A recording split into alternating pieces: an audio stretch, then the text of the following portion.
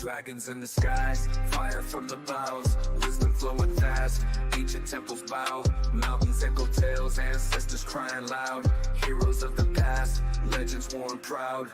On golden silk roads, history unfolds, mystics in the night, secrets they hold, great walls shadow long, warriors in rows, in the courtyard's light, a lotus flower grows. Orchids in the wind, laughter from the light, truth within the sand, cities bathed in might. Tigers leap through time, rivers serpentine, harmony and chaos living by design. Phoenix rise anew, feathers burning blue, forest whisper soft, mind open and true. Scrolls of hidden art, sages they confide, ticking of the jade, time won't divide. Battles lost and won, emperors do reign, people marching on, dreams still remain. Peasant to the king, stories intertwined, every single soul walking a fine line. Orchids in the wind, laughter from the light, truth within the sand, cities bathed in might. Tigers leap through time, rivers serpentine, harmony and chaos living by design.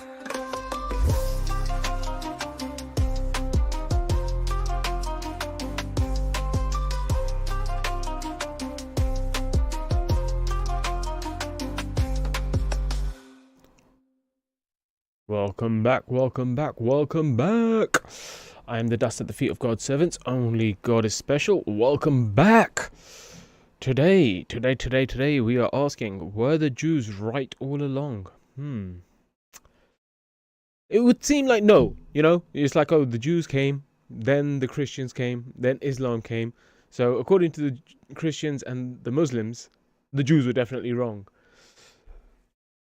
But I don't know. From what I'm seeing at the moment, with the Christians are just trying to convert people and tell them that, listen, all you need to do is believe in Christ and then he'll save you. Without any kind of trying to connect with God. It's just which is funny actually, because this is something that the Christians typically take the piss out of Muslims with. They say to the Muslims that, oh, you need to submit your will to Allah. You need to be a slave to God. But it's like, that's the same thing the Christians want. The Christians want you to accept Jesus as Lord and God. And then you get good stuff. So both of these religions both say something similar. And they both seem to think that Judaism is wrong. So I want to know. What you think? Were the Jews right all along? And if not, why not? They apparently said that Jesus wasn't the Messiah, and one of the roles of the Messiah was to bring about eternal peace. That didn't happen. We are not living in peace at the moment. So, if we look at this historically, then they were correct, right? Or wrong? You tell me. I want to hear your opinions. Because it is confusing to me. It is confusing. I don't get it. Why do the Christians hate the Jews? Why do the Muslims hate the Jews? And why do the Christians and Muslims hate each other? Now, what's going on? What's going on here? Because, yeah, it seems like the Jews were right all along. Jesus wasn't the Messiah. He didn't bring about eternal peace. He didn't change the whole world overnight to where everyone lives in peace. It turned into a bit of a shit show. So, why? So, yeah. You're welcome to come up and give your opinion as to why you think the Jews were right all along or why you think they were wrong all along. But be prepared, because I will be asking the tough questions. Salah is back in chat. Say, Salam, let us clash violently for the sake of truth alone. Yes, only for truth.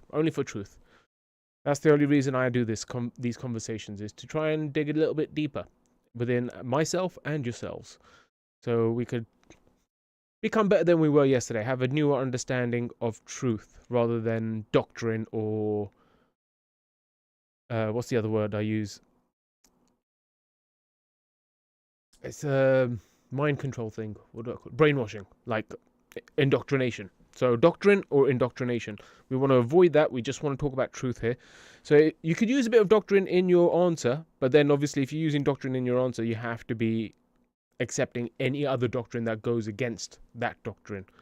Because, if we're going by doctrines and we're going to hold doctrines up here and go, yes, it's the 100% truth because it's this person who wrote it, then we're never going to get anywhere. We're never going to get anywhere. So yeah, it's a conversation about truth. So Salah, if you want to come up and give your opinion as to why you think the Jews were right or wrong. You sound Muslim to me, so I'm guessing, with the name Salah, I'm guessing that you are Muslim.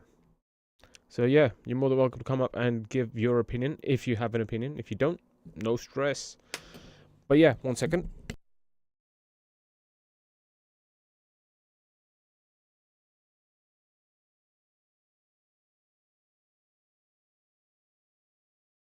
Damn, I was thirsty. Alrighty, yeah, so, were the Jews right? Were the Jews right? There's no peace at the moment, so could Jesus be the Messiah if there was no peace? And if he wasn't supposed to bring peace then, and he's going to come back 2,000 years later, then only when he comes back 2,000 years later would he then be the Messiah. And that's what the Jews were saying all along. I don't know. You tell me. You tell me. Because also with the whole Judaism thing, it's very similar to Islam. Very similar to Islam. They both have like all these rules that they have to follow. They both have halal or kosher. They have circumcision. They have multiple wives. I think. Well, I know Abraham had multiple wives, but I don't think anyone else is allowed to. But the idea there is potentially more than one wife, whereas in Christianity it's only one wife. So yeah, why is Judaism wrong if they were the correct ones all along? Because Jesus didn't save the world. As much as people like to say, no, he saved the world by spreading the truth of God and the word of God. But that's not what the prophecy says. The prophecy, if I remember correctly, from what I've been told, the prophecy isn't that the Messiah returns and he then dies and comes back 2,000 years later and then he's the Messiah. You know what I mean? It doesn't make sense. It doesn't make sense. So if there's any Christians out there that want to prove me wrong, you're more than welcome to come up. If there's any Muslims out there that want to prove me wrong, you're more than welcome to come up. If there's any Jews out there, I don't think I've ever had any Jews on stream. Or I've spoken to Jews at Speaker's Corner before, but never up on stream. So yeah, if there's any Jews out there that want to talk about this, you're more than welcome to come up too. Nobody backstage at the moment. All good. So I'll just keep talking. I'll do my talking. Because if you look at history, Judaism is like one of the oldest.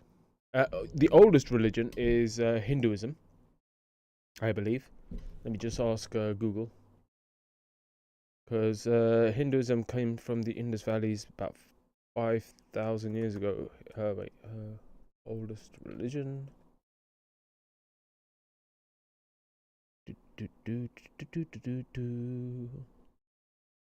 Okay, so technically, the oldest religions were the ones from Egypt. Then it was the Hindus. Let's go major. Oldest major religions. Just so it lists them.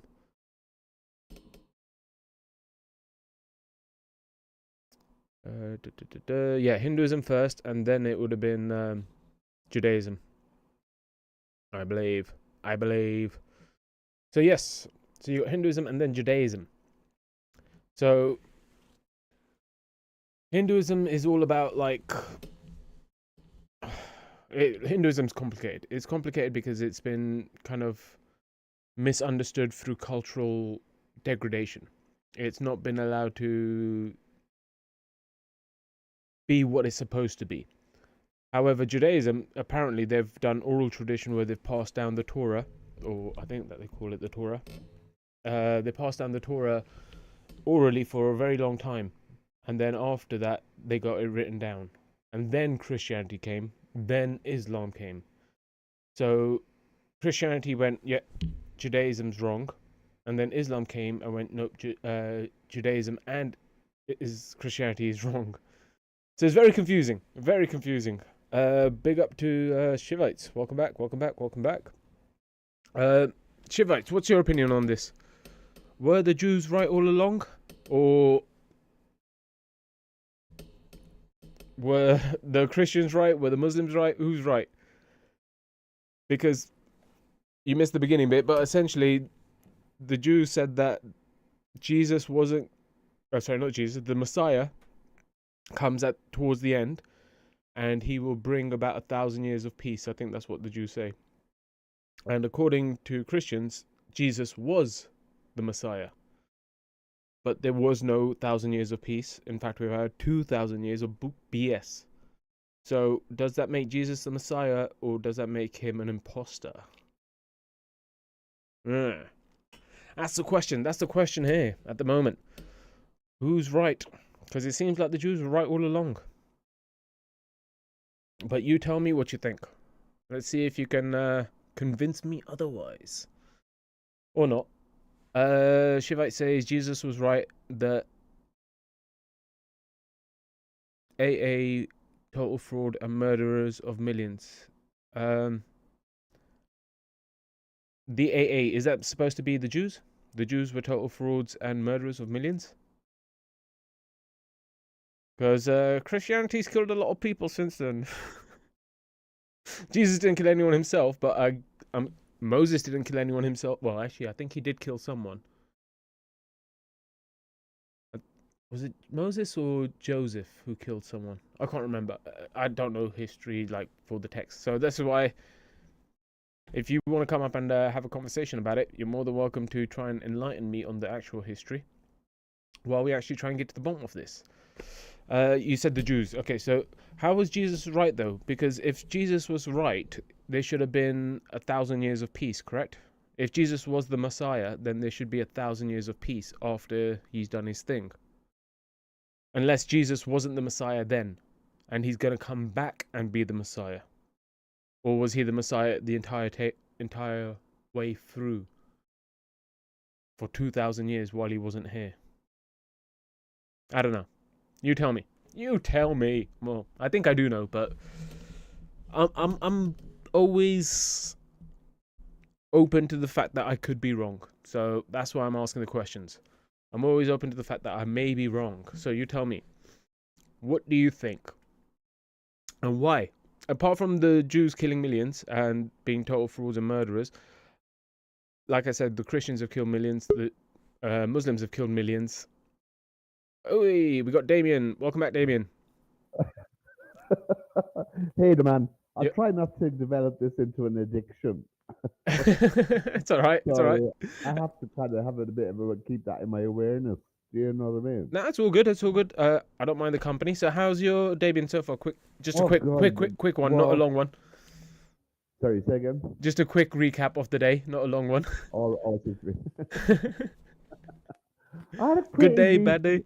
Well, it was okay. It had a bit of drama. Had a bit of drama in Tesco, but um, Overcame it. overcame it. Yeah, Good some man. Good man. idiot came in trying to involve himself. Anyway, it was sort of there was a funny aspect to it. I went to it. There's a really nice cafe that I kind of go to sometimes. They have a very good meal deal for a Mhm. fiver. Mhm. So you get a burger and chips and a drink. Mhm. And the girl there, Hepa, she was really sweet. She's Palestinian. Mhm. And so instead of a cold drink, I said, Hepa, I'm not really into having a sugary drink with, my food. So I think I have a coffee. Mhm. And so that was the actual coffee is 370 on its own. Oh, So, okay. So so it I wouldn't got be a part of the really, meal deal, but she did it for you. yeah, yeah, yeah. Hooked it So up. it worked out 130 basically for the chips and the food. And it was basically a fillet of chicken with mayo in a nice kind of roll. But what was interesting, I'd never seen this before. You know the deep fat fryers that they Mhm. fry chips in, Mhm. that basket thing? So they had a mini one of this, like that little basket that goes Mhm. they put on your plate with Oh chips yes, I've seen those. Yeah, with the chips inside and or something. Yeah, yeah. yeah, I've never seen those before. And they put a piece of paper on the plate. I think Mhm. it must be for the grease of the chips Yes. or something, like Mhm. newspaper or something. And so I felt quite good with that. And then the issue was that I wasn't intended to go to the supermarket. I needed just to get apples. I think I've said to you before, I always like to have apples in the fridge. it just kind of helps me kind of reduce my sweet tooth. If I have an apple, I'm more inclined to Mhm. have an apple than go out and get loads of chocolate. And so I went into Tesco's, my local Tesco's, and I got loads of other stuff. And when I got to the counter, there was no bags. They had only no bags. And I thought, seriously? Now, normally I have my own carrier bags if I'm going out Yeah, specifically. the lifelong I, ones. yeah, well, I don't have the lifelong ones, no, but I have a drawer like that has Okay, yeah, all, you know what I mean? yeah. So I don't like waste. I hate Mhm. waste, you know? Sorry, I dislike waste. You I find dislike, waste a struggle. I find waste, I find, yeah, I struggle with waste There so we much. go. There we go. Our demands, I'm gonna call you demands, yeah, Demands. demands. So I try not to, I don't like waste if I can help it. So anyway, I went in, so there's no bags, and she gave me a white long carrier bag, like a bin liner. Hmm. So I put all my shopping into that, and I came up the street with it over my Yeah, shoulder, yeah, like Santa Claus. That was I was thinking. I was just thinking like yeah, you're Santa Claus with the presents. Like that's exactly what I was saying. Yeah, and I even said it to I rang Tesco customer service to complain, and I said I was why? like, yeah, yeah, I said I was like Santa Claus coming up the street with the presents on my back, on my shoulder. But you But got. anyway, so what? Why would you Yeah, complain? You got such an epic story out of it, and you got to feel like Santa Claus for a few minutes. I know. Well, I'll tell you what happened was, um, so basically, when I got up, I had some reduced items. Hmm. Okay, about six, and it's probably about there was a saving of 6.55, which I know now. Mm. So, but on the receipt, it had the original prices, So and I she couldn't. didn't scan the barcode Well, with that's the what new I one. thought. Hmm. That's what I thought, and I had asked for further receipt because you have to be careful because sometimes it doesn't recognize the new barcode if you're doing it Correct. yourself, Yes.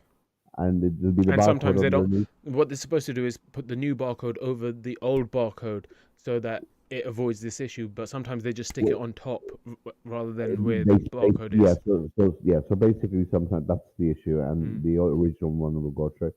So when I got home, all I saw was the original prices, and I thought, oh, for God's sake, it doesn't take much for me to go off on one. So I thought, oh, for God's sake. So I took out the items that were the reduced items. And I Mm. went down with the receipt and I said, but so I was very pleasant, you know what I mean? I Mm. wasn't I was agitated about it. I had to go down with it Go back, yeah. and go back, because it was raining. So she basically said, no, they are reduced. And she showed me on the system with the receipt to show they had all gone through as Mm. reduced items. Mm. But what was happening was they were not reflected on the receipt except as a total. Okay. So Okay, the so they do total, the total and then yeah, they minus the yeah, promotions yeah, and then gives yeah. yeah. So you don't see the bar, you don't see your saving. You see it Yeah. as the total figure of the 655. Yeah. Yeah. I thought, "Sorry, that's just not good because I don't know. Yeah, if you don't You, know, it confuses you and then yeah, you know causes what I that kind of issue. mean? But now you So, know. Now yeah, you I got it. know. The more you So, know. the more you know, it's all about knowledge. Knowledge is power. So anyway, I was having this discussion where it was pretty okay. I was a bit pissed off, but mostly it was okay. What's the that and that Nah, you it's not look at something and think, oh my serious. God, this Yeah. problem there. So anyway, this big guy, this is where it went off funny. This big store staff member comes from nowhere, like really huge, Mm. like the Nephilim. Ancient giants. Ancient giant, right? And started on me, and I said, "Sorry, what's your problem? What's this got to do with you?" And he go, "Oh, you're saying this, that," and I didn't even know what he was going on about. And he said, "We can call the police." I said, "I'm afraid to get away. Get Mm. away from me. There's no issue here. I'm just trying to resolve something with this woman." And then finally, this other girl came up, and he had disappeared. I think he was pulled away. And this other girl came up and basically said, there's she said something about the receipt that it's not been there's an issue. And when I rang Tesco's, I said, "Look, sorry, this I need all I want to know is where I am. Mm. I want to go in. I want prices that I see clearly reflected. Yeah. What I expect that I'm in charge." And the guy said, "We have a new system in place with the receipts, and that so it's a temporary thing." So I Okay, thought that's cool. fine. I They'll left that. update it soon. That's good. That's Yeah, good. yeah, but it was just between that and me two pizza guys. I thought you just can't leave me alone. You know what it is. Just give me a So second. I'm just going to quickly read some of these chats. Shivite says the tiny hats control Christianity. Jesus was not Jewish, nor Abraham. There was he no. was. One second. I'm just reading. Right. There was no creation that was a worldwide phoenix reset. Jesus was from Israelite Greek settlement from present day. The Old Testament is a mainly Jewish filter of past 6,000 years of history when the last mega catastrophic phoenix devastated the realm. So you said that there was no creation that was worldwide phoenix reset, and then later on you said that the Old Testament is mainly a Jewish filter of the past of the last mega catastrophic phoenix devastated the realm. So you don't think there was a phoenix reset, but the Torah is a story of the phoenix reset? I'm kind of confused on that, Shivites. If you could kind of elaborate, please. Yeah, so the topic, I don't know if you saw the topic or the part of the conversation earlier, is were the Jews right all along? Or was it... Well, Jesus was Jewish, wasn't he? I mean, he was born Jewish. Yes, but He was, yeah. but So they he said that wasn't. he wasn't the Messiah because one of the roles of the Messiah is to bring around 1,000 years of peace. And obviously Jesus came, he died, he came back, and then he left, and then there's not been 1,000 years of peace. And they apparently No, said that the real Messiah is coming back at the end to they give don't. 1,000 years. So if they've said that and we still haven't had 1,000 years of peace, then No. weren't they the ones who were correct all along? Well, yeah, I think do you know what I struggle about? We get caught up in this word of Messiah. Mm. Um, I was looking at some stuff around all this last night with, I think, some stuff with God Logic. He had a stream on last night Mm-hmm. for Christians, Mm-hmm. for people who don't believe in the Trinity, which is quite interesting. But I sometimes I just think, does it really, can we not just see who he was, how he lived, what he taught, what he taught, Mm-hmm. the words he said, and then how he died for them, because of it. Now, as far as I'm aware, Jesus died it was the Jews that told the Romans to kill him, as far That's as the I'm story, aware.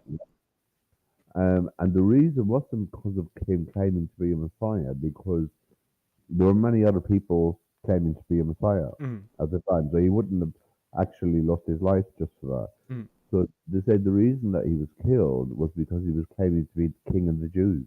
Okay, yeah, I think I remember you saying that before. So if Yeah, I was to claim to be the king of the Jews, that means I should get killed. yeah, the man don't claim it, mate. Don't claim it. Hey, Yeah, I've already claimed to be the devil. I'm sure I could add another accolade to the list. yeah, absolutely, absolutely. Why not have a few different masks, a few different That's it. personalities? No, I understand So what you mean. Like in regards to just focus on the person and don't worry so much about the titles. But it's yeah, the yeah, Christians that are focusing on this title. They're the ones who focus on this title of Jesus was the Messiah. He's the one you yeah. have to believe in. No one gets to the Father except through him. And they're the No, ones who I are don't like believe that. Yeah, I constantly don't believe pushing this narrative. And that's why I'm saying that. it seems like if they're pushing this narrative, they're doing the same thing that the Muslims do, where they're like, the Muslims are saying, oh, no, there's no way to God except through Muhammad Yeah, and what he yeah, taught yeah, you. The yeah. No, Christians are like, totally. no, there's Yeah, no way yeah, through to God except through yeah, Jesus. Whereas yeah, the Jews are saying, you could all get to God, but the Messiah comes back at the end to bring us peace. yeah. So I'm just And I thinking think, that, like I said, there's been no peace. There's been 2,000 years of shittery since Jesus. It's not been peace. So shittery.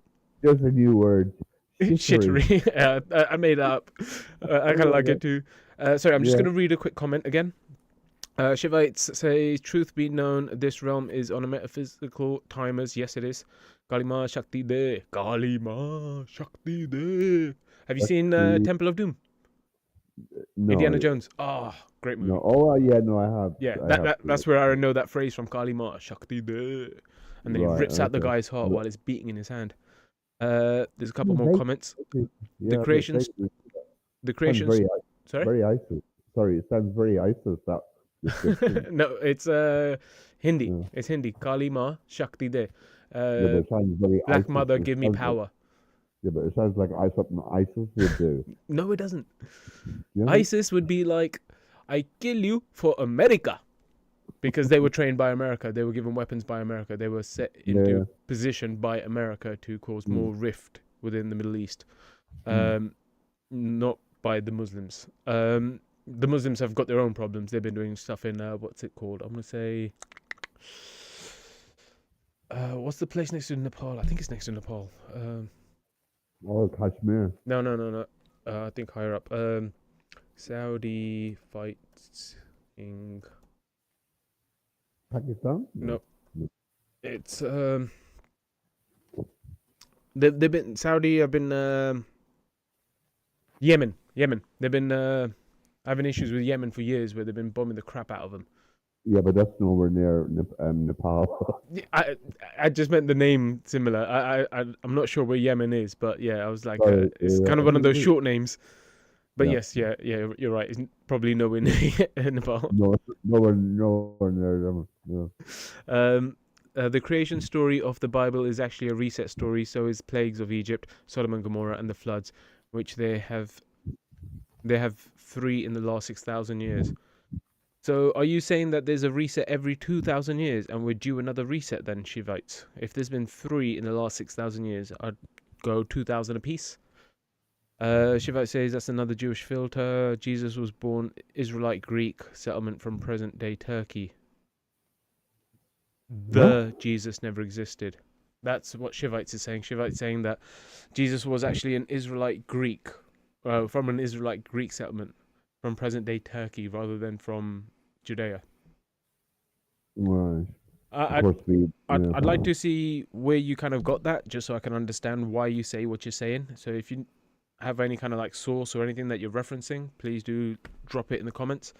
I'll make you a mod so you can add a link. Is Shivite a Hindu? That's a very Hindi name, isn't it? Yeah, Shivite. Yeah, I think he's Indian. Or is it a he? Yes, I think so. It might be a she. I don't know. I just assume everyone's a he unless they say otherwise. Mainly because I don't get many women on this channel. I don't think many women really care about God or religion or anything like that. I think they're more about having fun, getting drunk, and Put a call out to man for them. ladies, bring it. Come, Ladies, bring it here. what was it? I was just gonna. There's a song I remember, something about calling ladies. Yeah. What's the song? I'm a single lady. Da, da, da, da, da. What's that song? No, All the Single Ladies by Beyonce. but is that Beyonce? Yeah, Beyonce. Yeah. Yeah. All the single ladies. All the single ladies. Mhm. Oh. Yeah, I hate that. I hate that. It bugs me, that song. I've heard it so many times. Did she do it in a cowboy hat? Kind of I have outfit? no idea. I have no idea. She's not my type. Calling all the ladies song. Yeah, she's not my type. I don't know. I just look at her and I'm just gonna. Rihanna, yes, but not Beyonce. Right. Calling all the ladies by Diamond K. Maybe that was it. I don't know. There's some song in my head that's like calling the girls. Ladies come, ladies go. Have you heard that song? No. That was good. That was by Crazy Town. Ladies come, ladies go, out my revolving door. Shivite says the Jewish Jesus never existed. Oh, yeah, you already said that. Come on says Jesus existed and so did all his disciples. Oh, we got a battle in the chat. Well, you know. Sorry, John. You tell me what you speak and when you Yeah, want me cool. to speak. And Shivite says that he's a Sikh. He's a Sikh too. Oh, really? I don't know why he said two. I'm not a Sikh. But I'm a Sikh, meaning I am a student, but I am not a Sikh by religion. What were you going to say there? Yeah, but you're born into a Sikh family. Yeah, you're but born I'm born Sikh, into it, but so- it doesn't mean yeah, I'm a yeah. Sikh. Absolutely, no, you know. totally, absolutely, 100%. Yeah. What were you going to say before? What I was going to say when Shiva is talking about Jesus being not being this, that, and the other, you know, the resurrection. I mean, what I find very compelling is Muslims try to uh, say Paul is the whole Bible is based on Paul. Mm. It's not real, etc., etc., etc. And kind of the analogy I kind of use, Paul was very anti-Christian.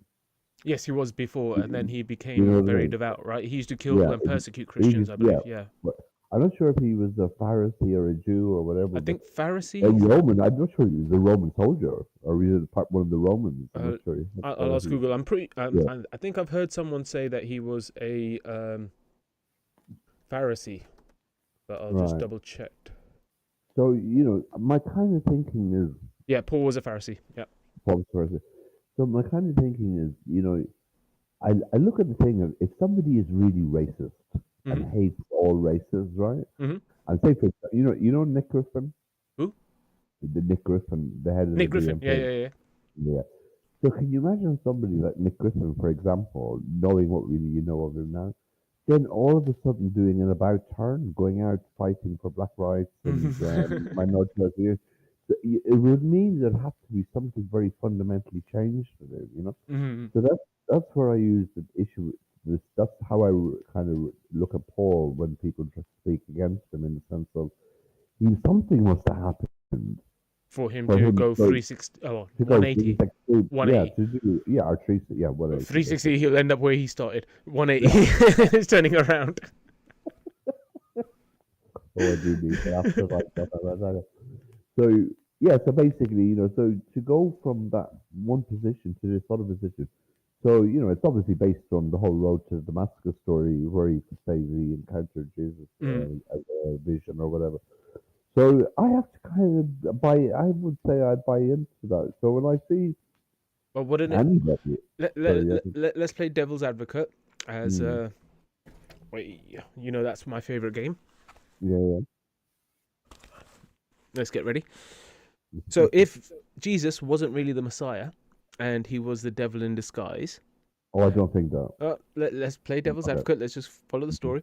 Hmm. One of the things that the devil can do is he can appear to people at any point. Yeah, yeah, So if he decided to come back and convince Paul not to be a Pharisee anymore and to yeah, leave yeah. the Jewish sect and join his cult, Mm, and according to the scriptures, it says that when these what they call the false prophets, they call them false prophets, that when yeah, they yeah. come before Jesus returns, they will do miracles and they Mm, will do all these yeah. things, magical Mm, things, but it doesn't mean they're of God. So just because someone appears to mm, someone after they died yeah, doesn't yeah, necessarily mean that it's from God, according yeah, to the and Christian yeah, yeah, understanding of it.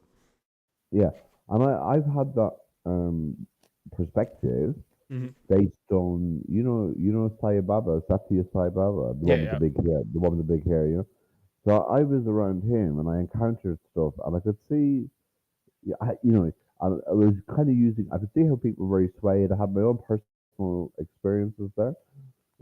But what I was kind of trying to at the conclusion was just because something can be very powerful doesn't mean it's a positive. It doesn't mean it's coming from, which is kind of what you're saying. Yes. It's not automatically coming from a higher level. Yeah. Just because So Paul was doing this thing and then he's gone over to yeah, the other side doesn't mean that it's come from something good. It could be that the Pharisees were right yeah, all along, and yeah. I'm not there, but and then what? the devil Yeah, was like, "Oh no, my people are dying. I need to protect them. Let me convince this guy who's killing my people to join my team instead." Because according to the scriptures, again, I'm just going by the scriptures.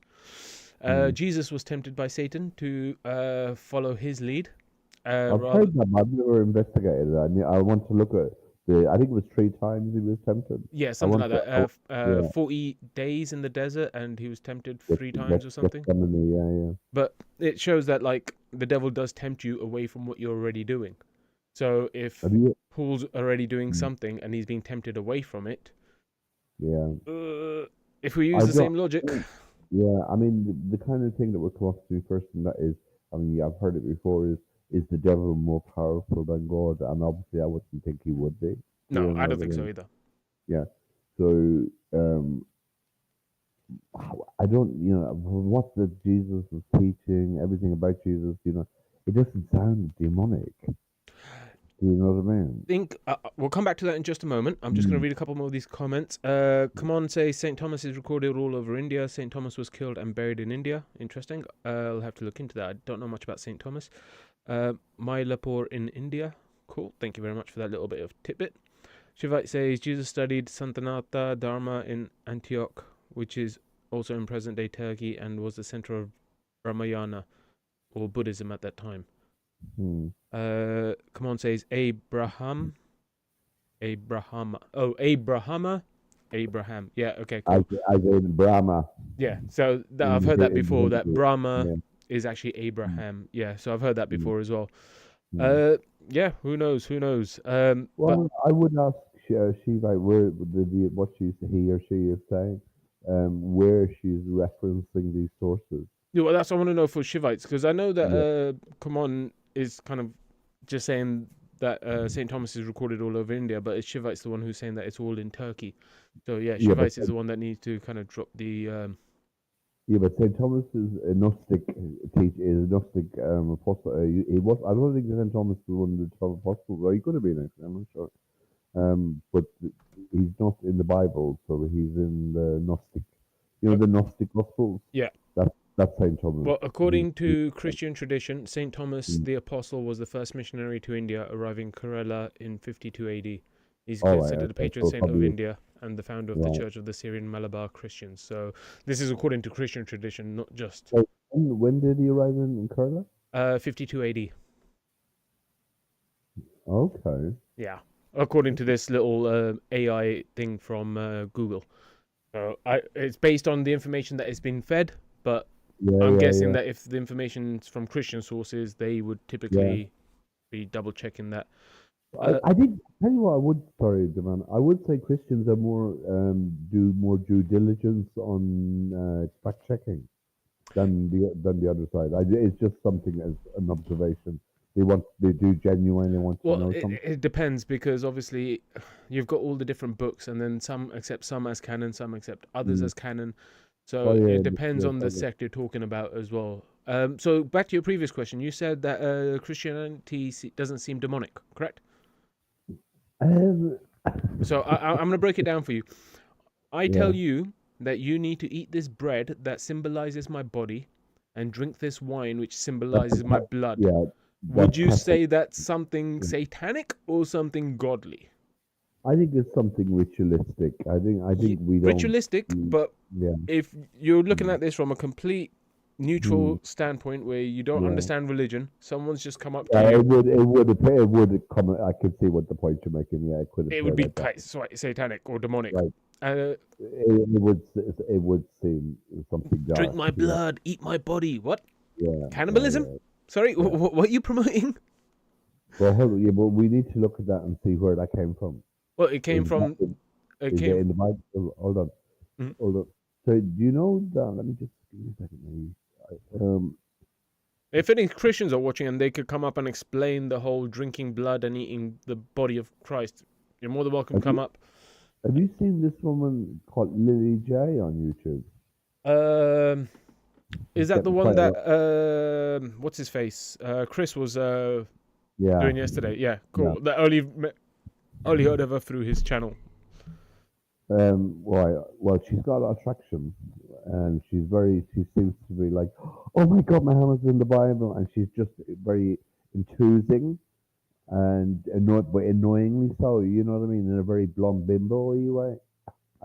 Sorry to all the blonde bimbos, It's alright. but I say it's alright like I'm a blonde bimbo, but yeah. right, okay. But in that kind of energy, and she's Australian, so she's this, real Australian. Oh my God, it's a miracle. It's in the Bible. Man is mentioned in the Bible. But she's got 200,000 subscribers.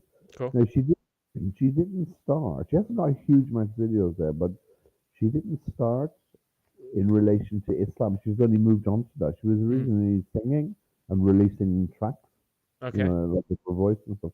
Hold on. So are you just doing a promo for her, or is there a point to this No, in regards to the no, demonic Christianity? well, no. I was just wondering if you'd.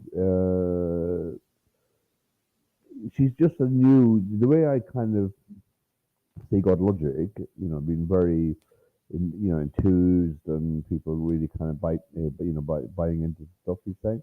I'm kind of seeing how she could have the same effect on the other side. Okay, but the thing is, Because, with AI, like, with yeah, AI, like I said, it's the information you pump into it. It will just pump out the same yeah, information.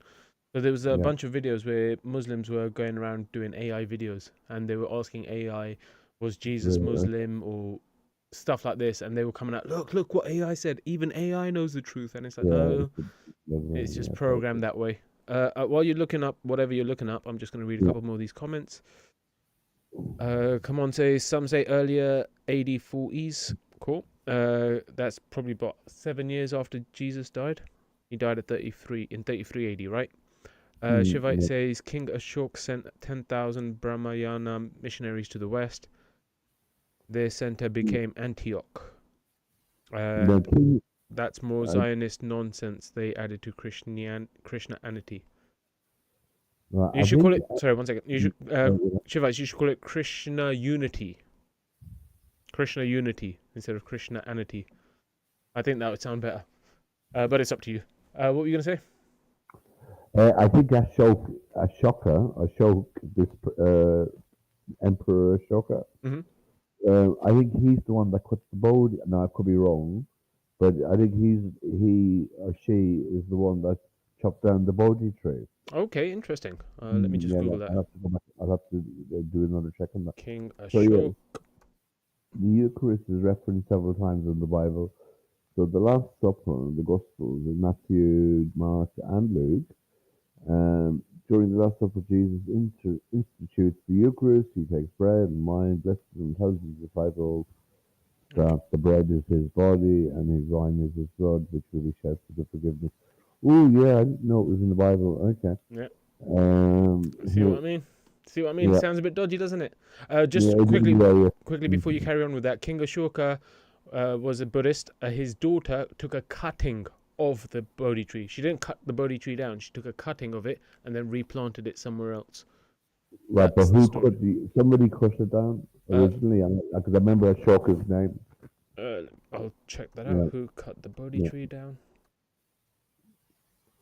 Yeah, sorry, yeah, Jesus is saying this is my body and this is my. Yeah, that's at the Last Supper, I believe.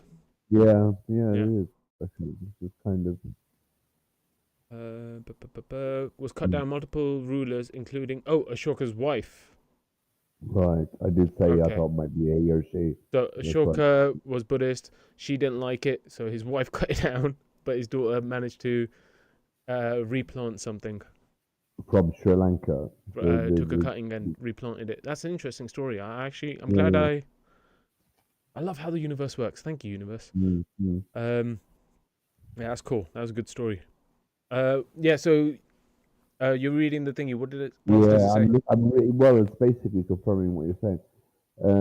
In this passage, right, so I'm looking at John, Mm. and he's speaking to the crowds, and he's right, the importance of eating his flesh and drinking his blood, which is often interpreted as a reference to the Eucharist. He says, I am the living bread that came down from heaven. Now, I think before there was another word called manna, Yes, that was the Jewish that one. Yeah. was like, I am the living bread that came down from heaven, and if anyone eats of this bread, he will live forever. Um, this bread is my flesh, which I will give for the life of the world. Whoever eats, so is this him saying that he knows he's going to die Correct. Yes. before previously? Okay.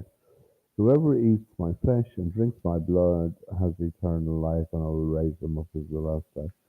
Now, Corinthians, so this is Paul. The Apostle Paul also refers to the Eucharist in a letter to the Corinthians. You're kind of just, this is disturbing me.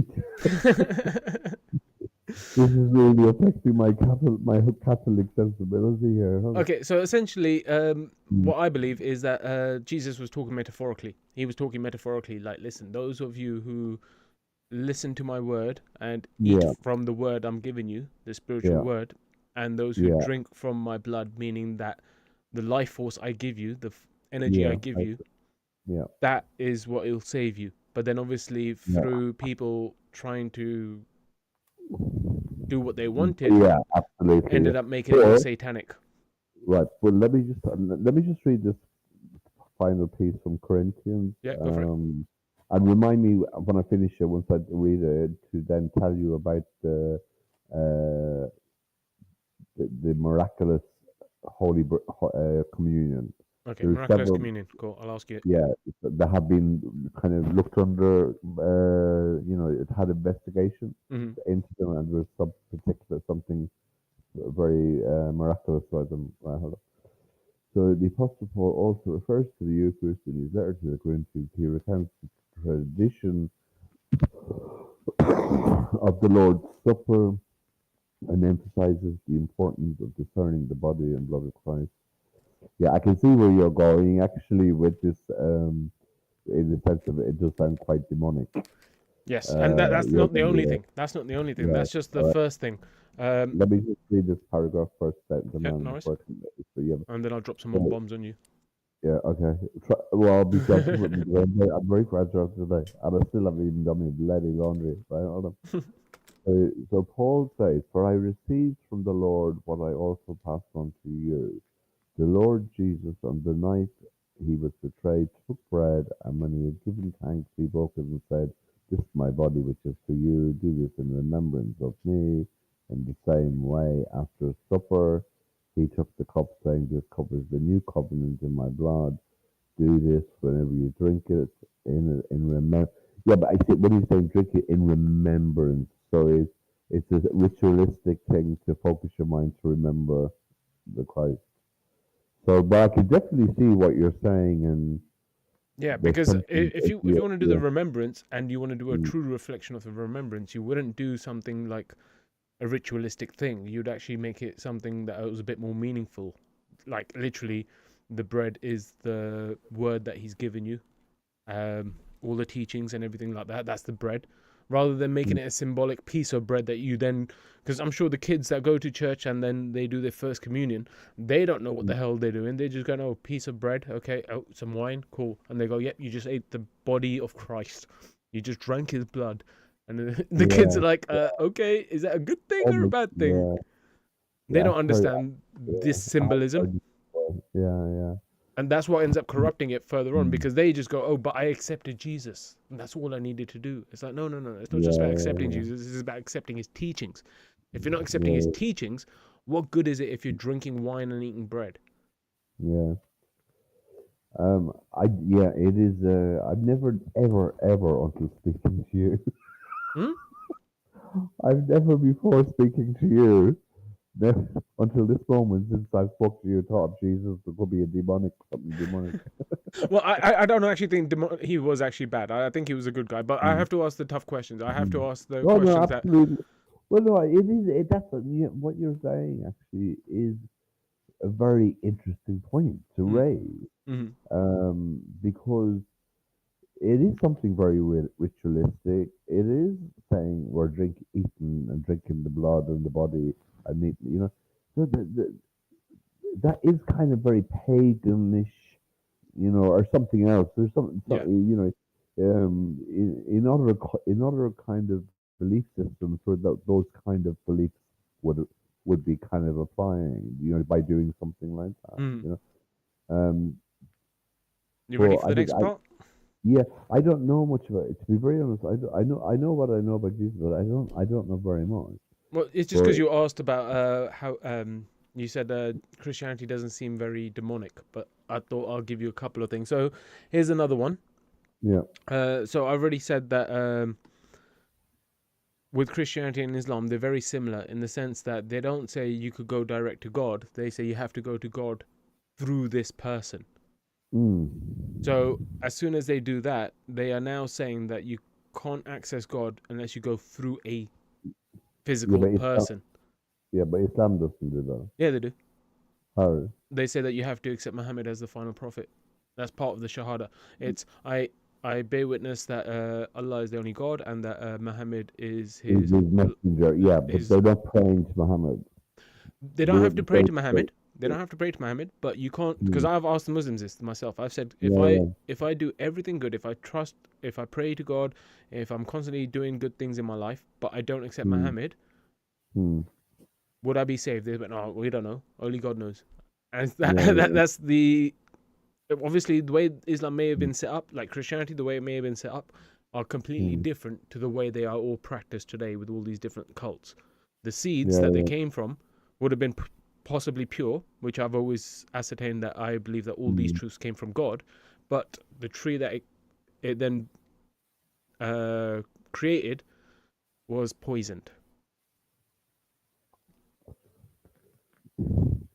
I had a very interesting conversation with a Muslim one night on, I think it was Noah's Stream, Mm. and he was convinced that because I believed in Christ, or I don't pray to Jesus. I'm Mm. aware. I have an awareness of Jesus. I think about Jesus and who he was and what he went through, etc., etc., etc. I have an awareness. It's kind of I'm conscious a lot about that, all about it. But I have more of a consciousness and awareness about something much, much higher, i.e., God. There's something. So, so Muslims were saying to me, "Oh yeah," and I say sometimes I do get down and pray, and I don't pray in the kind of on my knees at the bed. That's very Yeah. Godfather. I have done that to be quite honest. Holy Father, who art thou in heaven, all that. Please, but the whole thing. And the good little boy at the end of the bed. At the side of the bed. Mm. So so no, I'm more when I do it, when people say to me, "Do you pray to me?" Only when I'm in pain. Oh. You know what I mean? Only when there's nowhere else to go. When I've been so messed up, and it's like, oh, I surrender. Or when you're angry, because When I'm angry, yeah, you're like, well, for God's sakes, will you? It's like, oh, yeah, now you that's remember God. yeah, absolutely. That's usually about not getting caught or into trouble about my anger, leading to something like because things can escalate so quickly. But the Muslims said that I wasn't my prayers weren't being heard. They said There we go, because they weren't going through Muhammad to that Allah. I don't think they were. Well, I don't think Muhammad was coming into the conversation, was coming into the question. It was because I'm not Muslim. Basically, the Oh, issue was okay. because yeah. But even though they So claim Jesus was Muslim, yeah, yeah. But Zakir Naik says no. Zakir Naik. who? Zakir? Zakir Oh, Naik. yeah, yeah, I think you Yeah, mentioned him yeah. before. He's like You a know, Muslim scholar. the Bible. I speak to the Bible, and I know every word of the Bible. Okay, John 24:52. Yeah, yeah, He's yeah. saying he knows the Bible and the Quran completely inside and out. You know what I'm saying? And so anyway, but I looked at something recently with him where he actually has a different. I want to use that at some stage. He says no, Jesus wasn't Muslim. He was of his time. He was of a different faith, etc., etc. Mm. And of course, then the other argument as well is, with Jesus is praying to the Father, that means he's attributing something else with God, Rather than so to himself. speak. Rather than, well, I'm not sure the exact explanation of it, but they're saying that he's praying to something. It's a different kind of thing, but they're basically calling it shirk, so he can't be Muslim. Basically, Okay, is what I mean. okay. Yeah, yeah. Interesting. I'm So, just going to read some so, of these comments. yeah. Uh, Come on says a temple in Ladakh has a legend recorded of Jesus visiting there. I've been there too. Interesting. Ladakh. I'll have to check that I out. think, I think he means. Is he talking about Ladakh? No, it's Ladakh. I've just Maybe been there. Ladakh. Okay, Yeah, yeah. no, the H is quiet. Ladakh. I've been there. That's where I was, the man when I told you that I was meant to meet my Kashmiri friend, and we were in the Dalai Lama's residence. Remember? Yes, yes, yes. Where you had the experience when looking Yeah, at his bookshelf. that's. You've got very good memory for the small details. Right. Like I Yeah. said, when I'm listening to someone, I'm trying. This is why I say that most of the stuff I know in regards to the texts or the books or whatever is what other people have tried to convince me with. And then Yeah. I just go, but that makes no sense because someone else told me this thing from this passage. Yeah. And it's just those things kind of stick with me. I don't know why. It is what it Good. is. And then you go off, no, absolutely. And then you go off and you kind of do a little. You're probably a bit like me. Then you think, oh, like I want to check that out and go and have a little bit of look and Sometimes, find but out. a lot of the times I just put it on the back burner because it's nothing to do with me. You know, I'm not a Christian, I'm not Muslim, I don't care about the text in that sense because I'm Yeah. not following their tradition. I was more interested in trying to understand God and trying to find the connection with God. So for me, it was just like, okay, cool, that's your text, that's your perspective. I'll put that over there on that back burner, and I'll put the Christian one over there, and I'm just Yeah. gonna keep focusing on what I need to Yeah. focus on, and then Yeah. Yeah. sooner or Absolutely. later, Yeah. I kind of like stitch the pieces Yeah. together. Sorry, I've got a couple more comments. Shivat says Jesus' message was stated in parables. Yes, it was. He tried to teach, but he couldn't teach plainly, I guess, because people weren't very educated back then. Education would have been probably for the higher ups and not for the Gentiles and the peasants.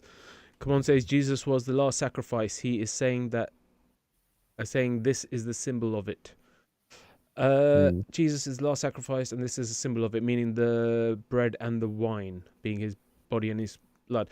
I would agree if nobody else died since Jesus died. If for the last 2,000 years nobody else died, I'd go cool. But a lot of people have died. A lot of people have had bad lives where they may have been sacrificed in one way or another. So you could say he's the last sacrifice for all mankind, but then you've got to say who was the first sacrifice for all mankind. If he's the last, who was the first? Come on, also says Jesus is the door to the kingdom. You have to go through the door. Jesus said knock. Let me just think about that. Jesus is the door to the kingdom. You have to go through the door. I wouldn't say he's a door in the sense that you have to go to him specifically. I think it's more of his teachings are the door.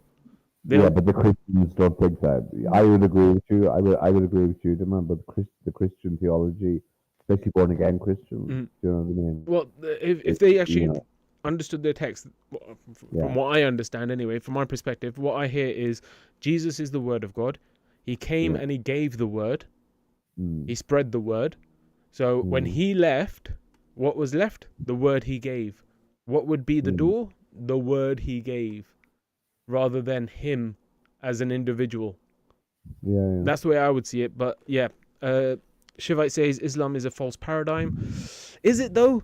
They're more similar with the Judaism, with the halal and the kosher, with the circumcisions, with the praying to a cube or praying in a particular direction. They seem to have a lot more things in line with Judaism compared to Christianity. Christianity seems to be like the odd one out. But you know, an interesting thing on that point, what you're just saying, man.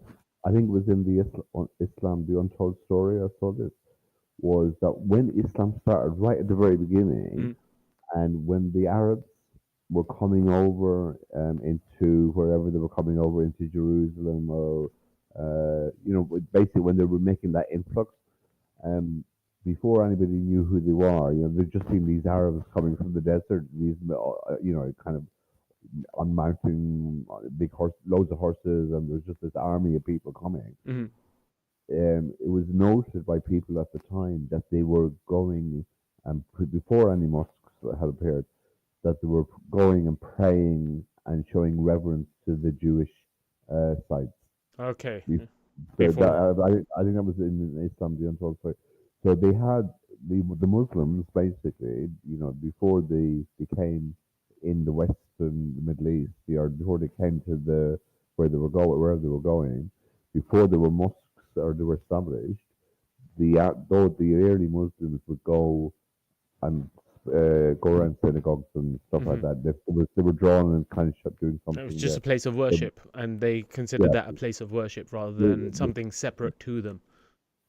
They seen some significance to them, but it's just because you're saying something similar. Yeah. So they seen something in those places that connected with them. And I don't know what that is. I don't know if it's I don't know. It's an interesting. I just find it was an interesting dynamic. No, for sure.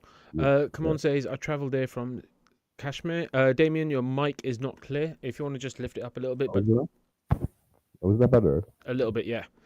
I've got to get new headphones. You do. You've been saying it for a while. Or just get a mic. Get one of these.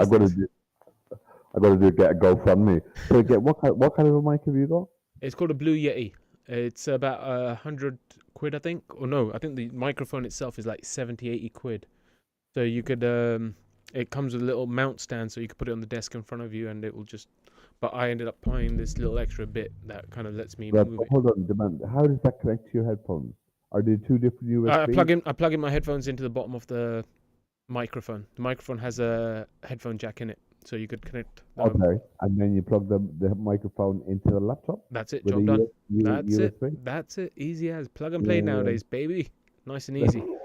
I mean, your Wi-Fi. Is your head? Is your? No, no, no. It's Is wired. It's wired. It just plugs into the bottom. right. But because Okay. the mic's literally by my face, and this cable's quite short because I ended up cutting it open and restitching it together. Oh no, wait, not Right. this one. This one actually is my gaming headset. This one actually has a Okay. microphone that sticks into the side, but it was such Right. bad quality. That's what I used when I first started streaming, but it was I such will. bad I will quality. get one. I apologize to your viewers, all of your 5 subscribers. Ooh, I'm taking. wow, 5 Yeah, viewers. Ooh, moving yeah, up in the world. I'm thinking of Chris. Yeah, I realized. I'm thinking of a common name, Chris. So, no, so I will invest in one. I just can't get. Yeah, and I did have some Bluetooth ones. They lasted for a while, but I'm not great on It's all right. techie stuff. It's no stress. It works at the Mm, moment. It is what it is. When you get it yeah. sorted, you'll get it sorted. I'm just going to read a few more of these. Can you hear me okay now? Yeah, yeah, all good. Come on says Zola Pass. I don't know what that means. How are you spelling Zola, Zola Pass. It must be a place. Zola Pass, or it's a footballer. it? Right. Oh, Zola. Well, there's a there's a football Yeah, called Zola. it's a footballer.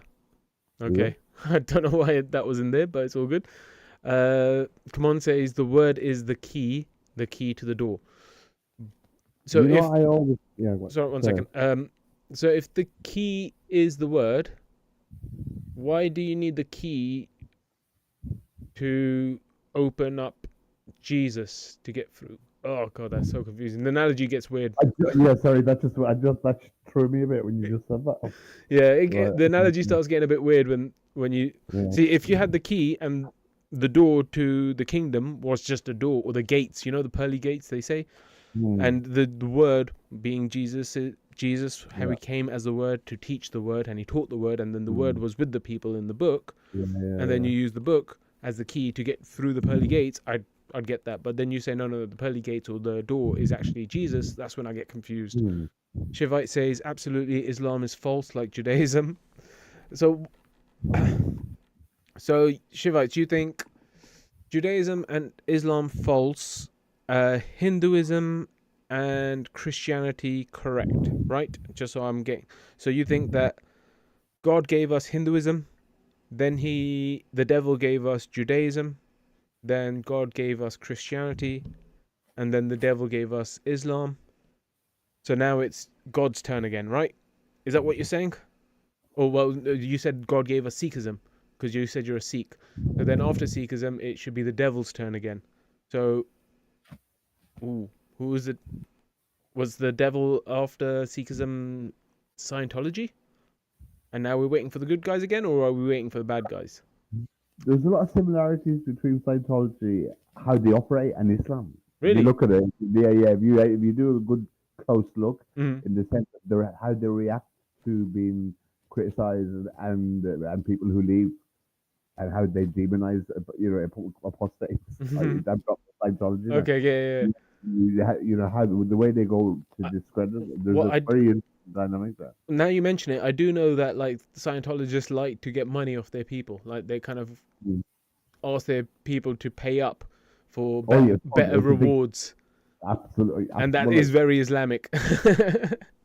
I think for me, I think Scientology is much more obviously transparent as a Mm, scam mm, because I can't understand.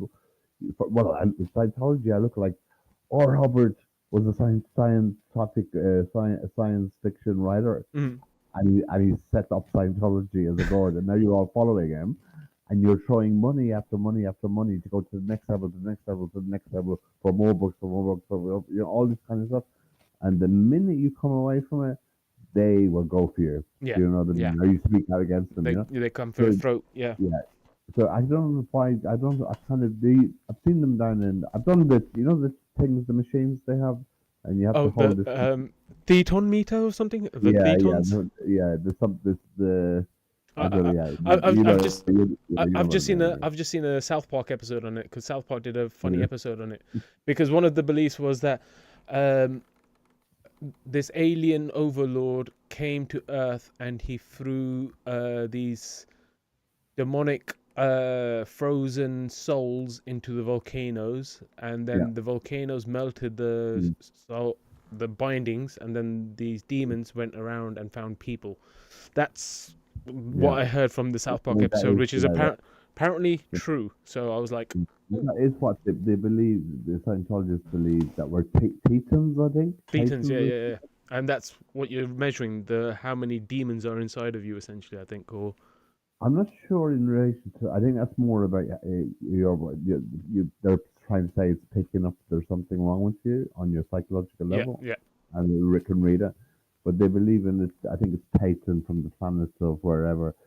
But I just think, sorry, this Ron Hubbard was a science fiction writer. Yeah, but Jesus was a carpenter. You know, just So you're not because going to say you're not going to say he made his own cross. well, you don't. Well, he did have to carry it, so he must have made it as well. So I don't know. It's I don't know. So I don't think someone's previous profession actually kind of justifies or disqualifies anyone from actually I think, being a potential prophet. yeah, yeah, yeah. But I think, I do get what you mean though with the whole science fiction thing, and then the whole I think science it's obvious. fiction-y I just think sounding religion. Yeah, and then the money grabbing thing sounds yeah, very I don't. I scammy. just don't. I don't understand why people can't say it. I just like sorry.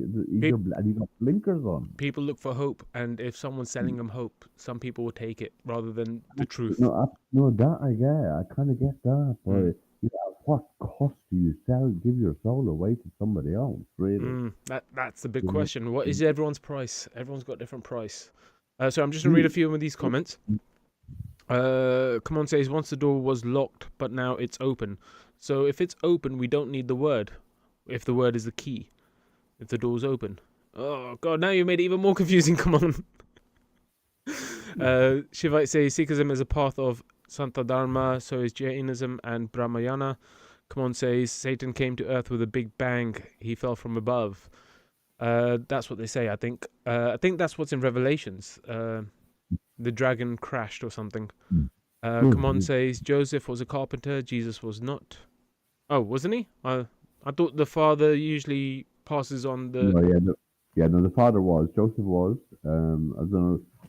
One of the things, the issues or the question marks I have with Jesus is there's not a lot about him before he started his ministry at 30, and he only had his ministry for 3 years. Mhm. So there is that big question mark over What what did was he doing? do before, and Yeah, where was he? yeah. Which is kind of there's almost Especially if you're starting the story with three wise kings came to meet him at his mm, birth. And it's like, mm, oh, we found this great Messiah, yeah, and totally, now let's yeah. ignore him for 33 years and come back and check Yeah, up on him. I never thought of that, man. Actually, even that kind of adds to the intrigue. Like, sorry, these three guys struggled across the desert in the middle of the night in the freezing cold desert, waiting to find you. Where have you been? Protect me. Well, do you know what I mean? And if actually you bring up an interesting point there, you really, really do. And it was kind of I hadn't really thought of. There's just not those records Mhm. of the early Jesus. No, well, there's some people that say that he went like, come on, I think he was saying he went to India and stuff like that. So There's a lot of I yeah, have heard he but went I know traveling. there's a lot of there's some things that say he was in Nepal and Yeah, where Buddhism was in but India and all that. but I was, I like was we just said, if three kings have traveled through the night, through mm, days or weeks, yeah, traveling, following this bright star that led them to the Messiah. Once you get to the Messiah, you don't go, all yeah, right, see you later, check in with you in yeah. 33 years. You go, no, let's follow you around and document What your is, life. We know you're going to be amazing. We know you're the Messiah. We're going to follow you and document your entire life. what did Because, you say to them? See you later, chicken. no, see you later, see you in 33 years. Yeah, you said chicken. Did I? No, I didn't. I'm not sure. I think it. I think you're hungry. Right, okay. I've got a couple more comments to read. Shivite say Santa Dharma is a open book that is always writing and rewriting itself. I understand. Come on says Jesus was the stepson of a carpenter. Ooh, nice. Well, that's well, he wasn't a stepson, but he was. It's that's kind of true. Yeah, because he He wasn't son. his He wasn't real the son biological apparently. Yeah, son. so then he No, would have to be a stepson. although the Jews say different. They say Mary had an affair with a Roman soldier. Is that what they Have say? you, oh, I watched it. I'm telling you. You know how when you're so indoctrinated and, Mhm. you hear something that goes against everything you thought, it's very painful to hear it. Yeah. So I watched this Jewish woman, and she was talking, giving a lecture. I don't know if it was in England or America or wherever. And so she was obviously kind of a historian or whatever. And God, I thought, I can't believe the things you're saying. It really felt hard to hear it. Mm. And it was like Mary had an affair with a Roman soldier called so and blah blah. Yeah, and it was all very detailed. And basically saying Jesus wasn't, yeah, it wasn't a miraculous conception. Mhm. Mhm. But I mean, who do we know? Look at. I think there could be stuff that's just in all religions. I tell you one of the most interesting things that I find, and this is when you look at all the religions, not all the religions, but when you look at your Sikhism, Mhm. I nearly said your religion, but you're not Sikh anymore. So when you look at Sikhism, Buddhism, and Christianity, they all talk about the beginning was the word. Was the word. They The all say sound. it was a word. Huh? Yeah, the sound. That's our sound, yeah. Yeah, But yeah. they use the kind of yeah. But I find that's where my fascination, where I become Mhm. fascinated, and I think Mhm. they're all talking about this beginning of a sound or a Yes. word. Yeah. Now, when I hear it in the Christian text when it says, "In the beginning was the Word, and the Word was with God," I I don't interpret that as even Christians believe that's it. He's talking about Jesus. Mhm. I don't. I believe that's saying that when he says the word was with God, but in the beginning was the word and the word was with God. I believe that they're talking about truth. Mhm. I'm saying that's my just No, my no, kind that's what I've said that previously as well. I said the of word is the truth because the yeah, truth is and the God. truth is with God. Yeah, basically, yeah, Yeah. in a nutshell. But That's what, Islam also says that Allah just said be, and it was. So they've also said that there was a word spoken at the very beginning before oh anything was really? created. Yeah, it was. He said Right. be, and it is. So, They they have to nick our stuff, don't but they also claim that Jesus is the word. I think within the Quran itself as well. I think they? they call Jesus the Mm. word of God. Yeah, yeah. So, yeah, even the Quran talks about this. So that's why I'm like, how do we know? How do we know? We But don't. Well, we don't know. But I think I think we look at Jesus, how he lived. I don't think we need to be ritualistic about it. I'm mhm. not sure. I'm not sure if the Eucharist is just in the Catholic thing. I don't think it's in the Protestant church. I don't I think think it's that's in Protestant, but I think it's not just Catholic. I think Orthodox might do it, and maybe some other right, sects. Like there's about three, right, four sects that possibly do it, but and I think evangelical probably do it as well. right. Like the American, the do you Yeah. believe in the power of Jesus? Shabaya! And then people fall over, Hallelujah! and then people fall Hallelujah! over. Hallelujah! People fall over, Yeah, start writhing on yeah. the floor, and acting like the demons are becoming coming out of them. And they're filled with tongues, is it? Yes, yeah, yeah. They're talking in tongues. Bro, just use your words. Use your words. Use your words. Come on.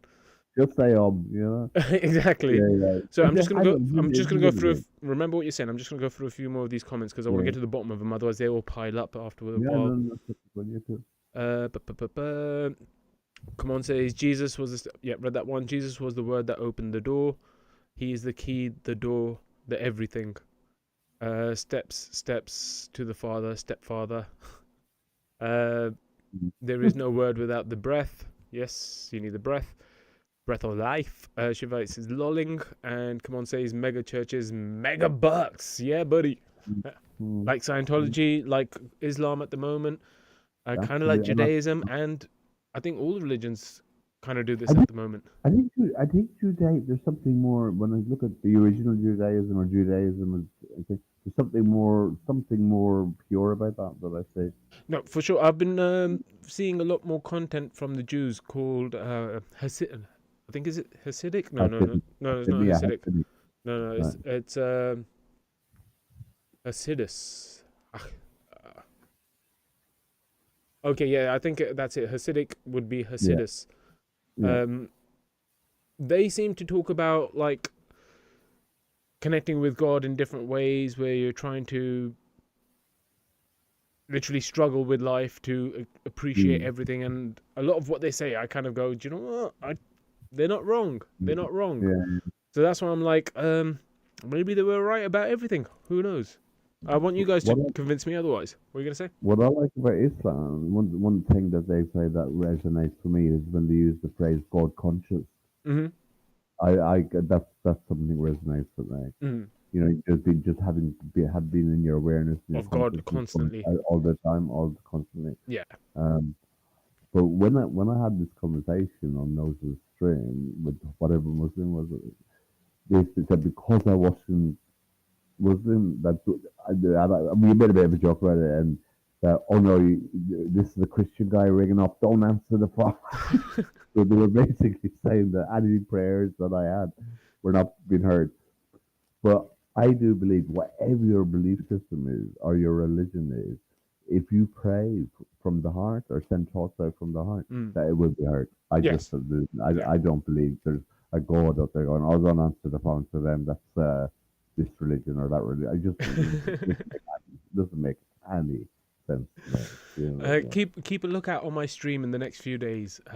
There's something I've been working on behind the scenes that actually kind of reflects what you're saying at the moment. So just keep an eye out on the channel Right. for the next few days. Mm. There was something you asked me to remind you about earlier. Oh, yes, the miracle thing. Right. Yes, So there was yes, you said some, miracles in regards to communion.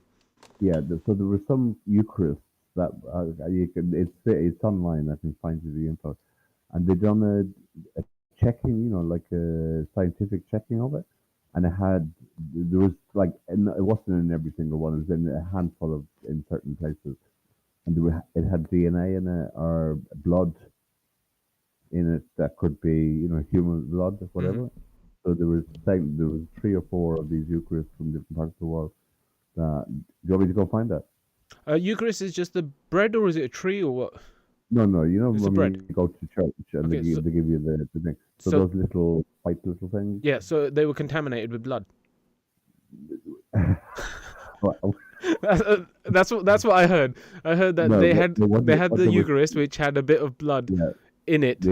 no, but what this, the whole idea is saying that it's the body of Christ, yeah. Yeah, but you have the blood separate. You have to drink the blood in the wine. If the wine suddenly turned into blood, then I'd be like, okay, maybe. But Right. if it's the But bread, if they found skin cells, then I'd be like, cool, that's the well, body. let me find it. It's easier. Hold No worries. on. Shivite says Om Namaya Shivaya. I still don't know what that means. I'm gonna Google that quickly That's the while you. Hindu. I've Yeah. heard that a lot in India. Om Namah Shivaya. Om Namah Shivaya. Yeah, There's I a heard of Hindu mantra to Lord Shiva.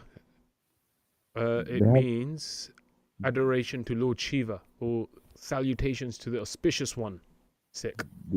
They have the big Kumbh Mela coming up. Demand that happens every 144 years. This is a very special one. So, It Kumbala. normally- Kumbh Mela. You know the Kumbh Mela No. in India, no? Mela. So they normally have it every 12 years. Like millions of people in India kind of. Yeah. Every go to- 6, 12, and 144 years. This is the big one coming up 140 years. Oi, hopefully Jesus turns up. Oh my God, I'm in the wrong place. How did I get here? Yeah. Well, maybe he's in the right place because he did do his little trip to India. Come on, says God is not mute. Yes, he's not. Some cults used to put the blood of Christians in bread. Really? Oh my days, that sounds demonic. Yeah, absolutely. Yeah, that doesn't sound right. Especially because when you eat meat, you typically drain the blood, right? When they slaughter an animal, they don't just leave the blood in there because they have to drain it. But it's not fully drained. There's still blood when you There's little bits, yes, but it's obviously it's not something that you want full of. They're not trying to capture all the blood in the body and let it Yeah, so it's Yeah, something but that they're they. not. Yeah, but they're not drying out the meat either to the point of where it's completely dry. So Yeah, you cook it, you have it rare, medium rare. So there's still something in it, liquid in it that keeps it moist, so to speak. but yeah, Otherwise, I still, it'll be. I'm sorry, I still think it's just weird to drink or eat blood, except your own. If you cut yourself, you could. I love that, but that's it. Yeah, yeah. Hold on a second. You keep talking to man. Hold Yep, I will do. So yes, the conversation today is: were the Jews right all along? I've still not been convinced they're not wrong because, like I said, About what? Sorry, about I didn't kind of understand the actual question. were the Jews right all along? They said that Jesus was not the Messiah Oh, because the Messiah is foretold to come back and bring 1,000 years of peace. And Jesus obviously didn't bring 1,000 years of peace. We had 2,000 years of shittiness. So right. is the real Messiah soon to return to give us 1,000 years of peace? Or will there be no Messiah at all? And we just go into our new reset? What do you think? Prove I, me, well, mm, prove the Jews wrong or right, whatever you want. What were you going to say? and I just believe it's just much higher than that. I think we will kind of come closer to any faith or any ritualistic, prayer or anything. I think we will be connecting with something higher. Um, but I think there's just an awful lot of stuff in all texts that probably is not correct, is not true. That I wouldn't.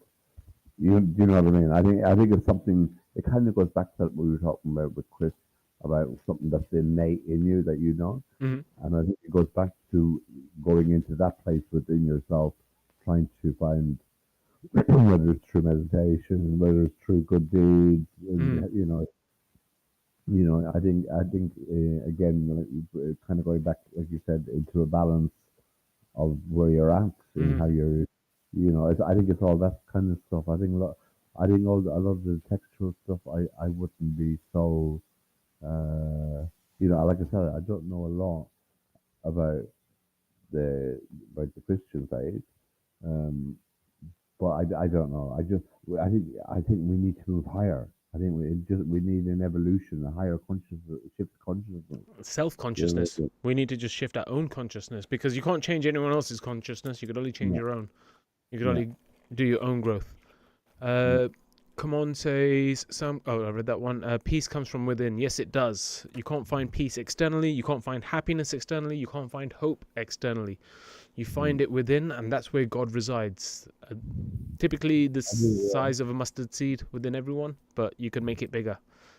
Come on, says at peace with yourself. Yes, exactly. You got to be at peace. Have peace within yourself. I wanted to say something profound, but I was like, no, I'm not going to, because I was going to do it in a funny accent, like I I'm an ancient seen mystic. I seen the man that you put up a video today. Oh, that was just a cut of of the previous Yeah, conversation with Chris. It was just yeah. that whole bit leading up to the frothing. It was just, Mm. do you know what? I was like, once again, I was in two minds about doing it, but I was like, do you know what? Fuck it, I don't give a shit right now. It's content that I've got. It's his fault for making himself look like a fool and Mm. frothing at the mouth. If it's good content, it's Mm. good content. If it in Oh, you shallow person. no, at the end of the day, I'm not doing this for likes or views, but at the end of the day, it's the Yeah. truth. This was the conversation. The conversation was: Mm. is God the Father outside time and space? And Mm. how the conversation derailed, and apparently just because I wouldn't let him talk about Jesus and how Father is in Jesus, Yeah. because he's just turning it into another story. He's not answering the damn question. He Because was in contact with me after that. oh, was he? We'll get to Yeah, that in yeah, 1 second. yeah. And even if you watch that video I put up today, it's only 16 minutes long. You can see where he's like, yes, God knows everything. Yes, he knows all possibilities. He knows all outcomes. And then Mm. 5 seconds later, he's like, oh, but he doesn't know this. And it's like, bro, Yeah, yeah, you're yeah, he's lying contradicting now, I yourself. know. You're Yeah, contradicting yourself. And then you're telling me I'm wrong and I'm mistaken. It's like, no, bro, you need to stop projecting. Take a breath, reflect, think about what you're saying, and then say it, rather than just being, no, listen to me, I know. Sorry, what were I'm you the gonna say? He got Maham, in contact with you? I'm the Al Mahdi. Yes, exactly. When he said you have when he went there and he said you have an agenda, and I'm Mm. like, sorry, what agenda are you talking about? You know what I mean? I know you have no agenda. I know you're just doing your thing. Well, I I do mean, have an agenda. The I agenda is world peace. And right. it's not like pure goodness or pure evil. It's Mm, a balance. It's the peace between the light and yeah, the dark. That's my agenda. I want mm, I want the world to be a better place. I've had a shitty life. Um, don't get me wrong. I still appreciate it. I still love it, and I still love life. Even yeah, if it isn't everything I ever wanted it to be, I still appreciate yeah, it. Uh, mm, but I want other people to have a good life, and I want other people to be able to overcome whatever shitty situations they have, so that they can yeah. appreciate life as well. Hey, it's not always going to be a bed of roses. It's always not going to be a walk through the park. But Where's Geisha from? Geisha is Chinese, I believe. Right. Okay. I thought he was from that part of the Yeah. world. What were you going to say about Chris? You got in contact with yourself after the You thing? know, I watched the video he put up of Lily J, and he was trying to find his comment that Mm. he'd left for her. And he was on a bit of a thing about that Mm. anyway. So I just put a comment saying, Chris, you can. So was it the night before we had him on, or was it last night? Or The you had night him on? before. Right. Okay. So he put this video for Lily J, and I said, Chris, I've done a bit of checking first and finding the comment that he's owned his comment. Mm. I said you just need to go into the newest in the filter Okay. of the comment section, and it'll show you your comment is 10 star. And then he replied to me and said, "Oh hi, what have you been doing? Have you been on Demand's channel?" I said, "Yeah." And I replied, "Yes, I have." Yeah, yeah. That was basically it. You know what I Mm. mean? But knows wasn't on last night. Was he not? No. Oh. I don't know. So, To be honest, I don't focus too much on these other guys because yeah. I don't want to compare myself to them. I don't think badly of them, but at the same time, I'm not going to lie about them. If they are Yeah. contradicting themselves, if they are raging lunatics at certain times, if they Mm. are projecting or whatever, I will call it out as it is. But it's not Mm. my place to baby them and go, oh no, it's okay. Poor Chris, I'm so sorry you feel like this. No, I'm a bit. I'm I'm a sure he bit wouldn't like like it either. that. I'm sure he'll feel Yeah. patronized. He'd Yeah. rather I'm a have bit it straight. like that. Yeah. I'm just going to read a couple more of these comments. Shivat says, disturbance from the one, Black Lord Krishna to usher in the new from the old. Yuga cycles equals the resets. That's what I kind of believe-ish. Come on, says, time and space. We can create time and space. Can You we got six. create time and space? You got six watching them on. Wow, 6. Oh, Well, moving up in the world. that is quite good, isn't It's better than, well, I say it? better as if It's they're, better than play, isn't yeah. it? So, But I hope they're enjoying the content. yeah, And yeah. hope, if you guys have got any questions, please drop them in. Or if you've got any comments in regards to were the Jews right all along, please drop them in. Or if you want to come up, the link is linked at the top of the chat. Shivite says, Nama equals the new from the old. Shivaya, the archetype to do the reset. Cool. Yeah, I have been saying for years we need an asteroid. But at the moment, I'm hoping that we could avoid it if possible, if we could all come together. But if not, if everyone just wants to go light versus dark and want to do World War III, then at that point, I'm like, yeah, just send the asteroid. They send the I asteroid. read an interesting story today, man. Sorry to interrupt. Yeah. Okay. And I love these things that come, from historical things, that discoveries, Mhm. especially because it'll throw out timelines within the scriptural text Mm. of all the religions. Yeah. So they found, I mean, this is quite funny actually in a way, but they found some, they found some frog vomit. Frog vomit. What, frozen Frog in? vomit. It is kept, but you know how old it is. So they've done, however they've worked it out. They know what they're doing, obviously. And it was encapsulated and preserved in something. Mm. I don't know what it was, but it was 66 million years old. So it was Damn. this. Do you know what I mean? So they said it was actually from the time of the dinosaurs. Mm. Mm. You know, so I mean, if we believe in dinosaurs, doesn't that just throw all of the main belief systems out the window in the Nope. sense of the creationist story? Doesn't Nope. it? Really? I'll explain that in just a moment. I'm just going to finish reading these. We got Misnomer. Welcome to the channel. I think I've seen you once before. Says the Jews never changed. They still worship Yah or Enlil and his father Anu Marduk Ra. Wouldn't that be classed as the father and the son? Enlil and his father. So obviously the father and the son. That would be like Jesus and the father, right? It's just a different. It's probably just a previous incarnation, but I don't see how that's necessarily a bad thing if it's father and son situation. Like if it's like a Jesus situation. Shivite says time, space are attributes of magnetism, force, and motion. Come on says we are magnets, law of attraction. Yes, and I believe there's something going on. there is something. There's truth to that, but there's yeah. truth to that. But a lot of people take law of attraction a bit too far, and they seem to think that Mhm. they can just accumulate wealth just by thinking I'm rich, and that's not exactly how it works. Do you know the book The Secret? Yes, yeah. Well, not the book. That's I've seen the documentary, which is based on the right. book. But yeah, Yeah, that's very much about manifesting your own reality of. I mean, but it's mostly primary. Well, from what I remember, is I came away thinking it's primarily about creating wealth. yes, that's exactly what I came away thinking Yeah, about. It's and I just all thought about wealth.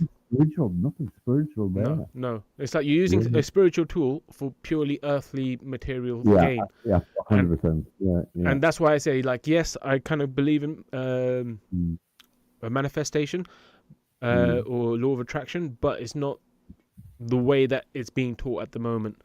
yeah.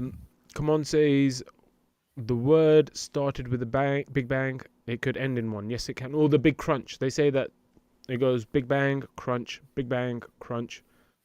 like a blinking light in the dark. Shivat says no such thing as asteroids. Really? Oh, Damn. So, wait, man. Shivas, I got to ask this now. Does that mean that you think we're on a flat Earth? Yeah. There's nothing wrong if you do. It's just I need to understand why you think there's no asteroids. Come on, says at least we all go together. Yes, exactly. Let's go in one big.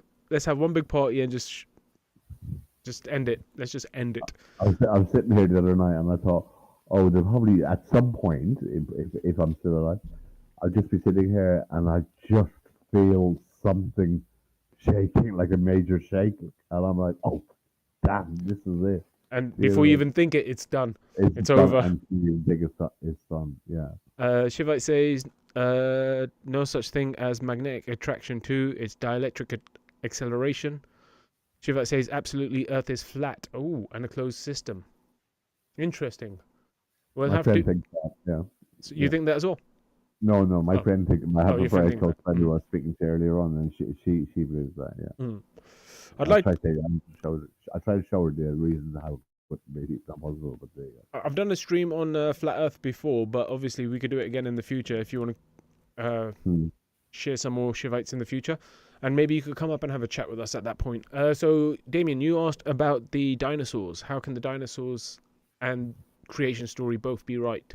Yeah. So, well, yeah, it doesn't. There's a contradiction there. How they could both be right. Yeah, especially from the time frame, because the Bible, it really is talk about the beginning of that time as 10,000 years. Well, so this is something that Shivites has kind of alluded to a few times when he keeps talking about the Phoenix reset. So What? Really? so Right, I never heard Phoenix that. is just basically rising from the ashes. So All right. Oh, yeah. so essentially a Phoenix reset in a way we could understand it quite quickly is the Noah story. God wipes Yeah. the earth clean. The Noah story. Okay. God Mm. wipes the earth clean Mm. and then starts repopulating it. That would be essentially a reset, a Phoenix moment, a Phoenix reset. So Yeah. the idea is that before Adam and Eve, there was a civilization, there was a whole world before them, but then it was reset, and then Adam and Eve would have been the Noah and his wife, Right. and then they would have repopulated. That's why God says, "I want you to now repopulate Yeah. the world." Okay. So if that's true, then it's potential that we're not just gone through one reset, because we know that Adam and Eve, because the way the stories are told through all the religions, through Islam, Christianity, and I think Judaism, the way they talk about it is that there was the angels and everything already existed, and the devil especially, him being the greatest worshipper of God, and he'd all this stuff. So there's like a long period of time before Adam and Eve are created where things exist. The way the story's set up, it's not just that it's boom. Is it like that in the scripture? Yeah, I'm pretty sure. I'll have to reference exactly the parts to it. I'll find it in a second. But I didn't think it was just reference it. It talks about how God made Adam from clay and Eve from his rib. But it doesn't have to be the very last reset. It could be the very first time God created us, say 10 billion years ago. Yeah. He did that. Can you imagine the damn dinosaurs? Imagine you and me in here going, "Oh, fuck, there's a dinosaur coming at me." You know, can you imagine that? I mean, that's quite, when you think about it, it's quite mind-blowing to think that actually was real. Yeah, well, you have all these stories about these people fighting dragons. And the dragons could essentially be these dinosaurs. Or, the thing is with these dinosaurs as well, especially, they could just be prehistoric animals that we don't have anymore, that have just been extinct. You know, things go extinct all the time. Even today, things go extinct that we'll never see again. So it could just be that there's some species that have just died over time as we've gotten closer and closer to this point in time. It doesn't necessarily mean that they were all, like... They say it was an asteroid, don't they? That yes. kind of destroyed it. Yeah. But you know when the dinosaurs were kind of throwing out flames from their mouths? No, dinosaurs, not dragons do that, not dinosaurs. I think that's acid reflux. That's a gas problem in the stomach. You know what I mean? Yeah. The other thing. Get a cornetto. Oh, keep talking. Getting a cornetto. I'm gonna read some of these comments. Yeah. I bought 6 cornettos for $2.50. Oh, 6. One for each. Yeah. One for each viewer. Absolutely. If I could give you all a virtual cornetto, I will. I'll drop some cornettos in the. Drop some Can you drop some virtual cornettos in the not exactly a cornetto, but here we go. Here you go, everyone. Everyone gets a cornetto. Is it? Well, it's just ice creams. Let me see if I can see it. Oh, is that it? 5? All right. There's 6. I don't know. Yeah. It's a cone, yeah? Oh, someone else has just turned up. There's a 7th person. You could have my ice cream. You could have my ice cream. It's all good. We can hear it. Hold on. Oh, God. I'm trying to get them out of the freezer. Oh, you're in the kitchen. I'm just going to read some of these chats while you do that. Where was I? I was... Oh, yeah, here we go. Closed system. Magnetic fields are everywhere from come on. Some fields react. I understand. Shivite says reset equals Lord Shiva's cosmic dance of destruction while Lord Krishna plays his flute. Come on says put wings on a T-Rex. That's a dragon. That's what I'm saying. And the funny thing is, they actually say that these dinosaurs were actually covered in feathers. So maybe they did have wings. Maybe they did have wings, because wings are typically... Actually, maybe they did... Because I know birds have like hollow bones. That's what allows them to fly, because that's how they're so light. So it'd be interesting to find out whether these dinosaurs had hollow bones too. Although most of the dinosaur bones that you see in museums aren't actually dinosaur bones. They're just like papier-mâché. Really? Yes. Yeah. Is there a rip-off on it? Yeah. There's all these claims about how all these ancient fossils that they found of like dinosaurs weren't actually dinosaurs. They were actually giant Nephilim. Obviously, conspiracy theory. They say that they were actually giant Nephilim, but to cover up the people finding these giant skeletons and coming to the conclusion that giants existed, they started saying, oh, no, don't touch it. No, it's a dinosaur. No, we need to send the archaeological team to come take it away, examine it, and then they'll show you a fake version. So there's a lot of conspiracy theories that the Smithsonian has all the, in America, Washington, D.C., if I remember correctly, has all the bones of these ancient Nephilim giants. Right. Shivite says the sky dragons equals phoenix equals firebird equals typhoon, Lord Vishnu and Garuda. Interesting. Yep. Come on says flying dragons and land dragons, now called dinosaurs maybe. Yes. Interesting. Yeah. Some dragons could fly, some couldn't, and they turned into dinosaurs. Then you have the pterodactyl. They say pterodactyl could fly, which was a dinosaur that could fly. Thank God they got rid of them. Wouldn't Why? want to be sure. Why? I wouldn't want to be going down to the shop for a cornet and like, a diamond or a flying dragon coming. Yeah, I'm but just wouldn't coping you want to? back. Wouldn't you like a nice T-Rex steak? No, You know, the size of the table. no. You could feed the whole I did- family. I did buy a steak today for the freezer, a rump steak. Was it a T-Rex one? No, Boring. What was it? Beef? oh no, it was $3.84. Ugh, boring old beef. Very hard to get a steak under £4 these days. Is it? I don't Yeah. really eat steak. I did watch this. I was in for a couple of weeks, maybe a month or so. Back last year, I was going through this phase where I was watching a lot of this guy called Guga on YouTube. No, He- okay. He basically gets a steak and he preps it in different ways. He'll do like an air dry steak. He'll do like some crust over it, and then he'll age it over like 6 weeks or something. Sometimes he did do it with butter. Sometimes he did it with like chocolate spread. All these different things. He was just trying different things and trying to. You've probably got 500,000 views. Oh, so many. Yeah, he's killing it. He's definitely over the millions. But yeah, it was really interesting, and that's the only time I really got into steak. I was like, okay, steak could be kind of fun. But yeah, it's not my go-to kind of food. You know what? I buy packets of pepper sauce from Sainsbury's. They're like 6 to be each. Mhm. So it's their own brand, yeah. And basically, I do my steak, and I season the steak first on both sides with salt and pepper, and then I boil milk, and then I just mix the thing from the pepper sauce, the sachet in, and then so I have pepper steak. Did you say milk? You boil the milk, and then it's dried powder in the packet, Mhm. which is the mix of the pepper sauce. Then you just mix that into the boil in the milk, and you just keep mixing it so that. Oh, so you cut up the steak. You don't eat it as a full steak. No, it is full steak. Oh, and what's that? The sauce then that goes over it with the Yeah. milk. Cool. Yeah, I boil milk. I make it in a separate pot. The sauce. Mhm. I boil the milk.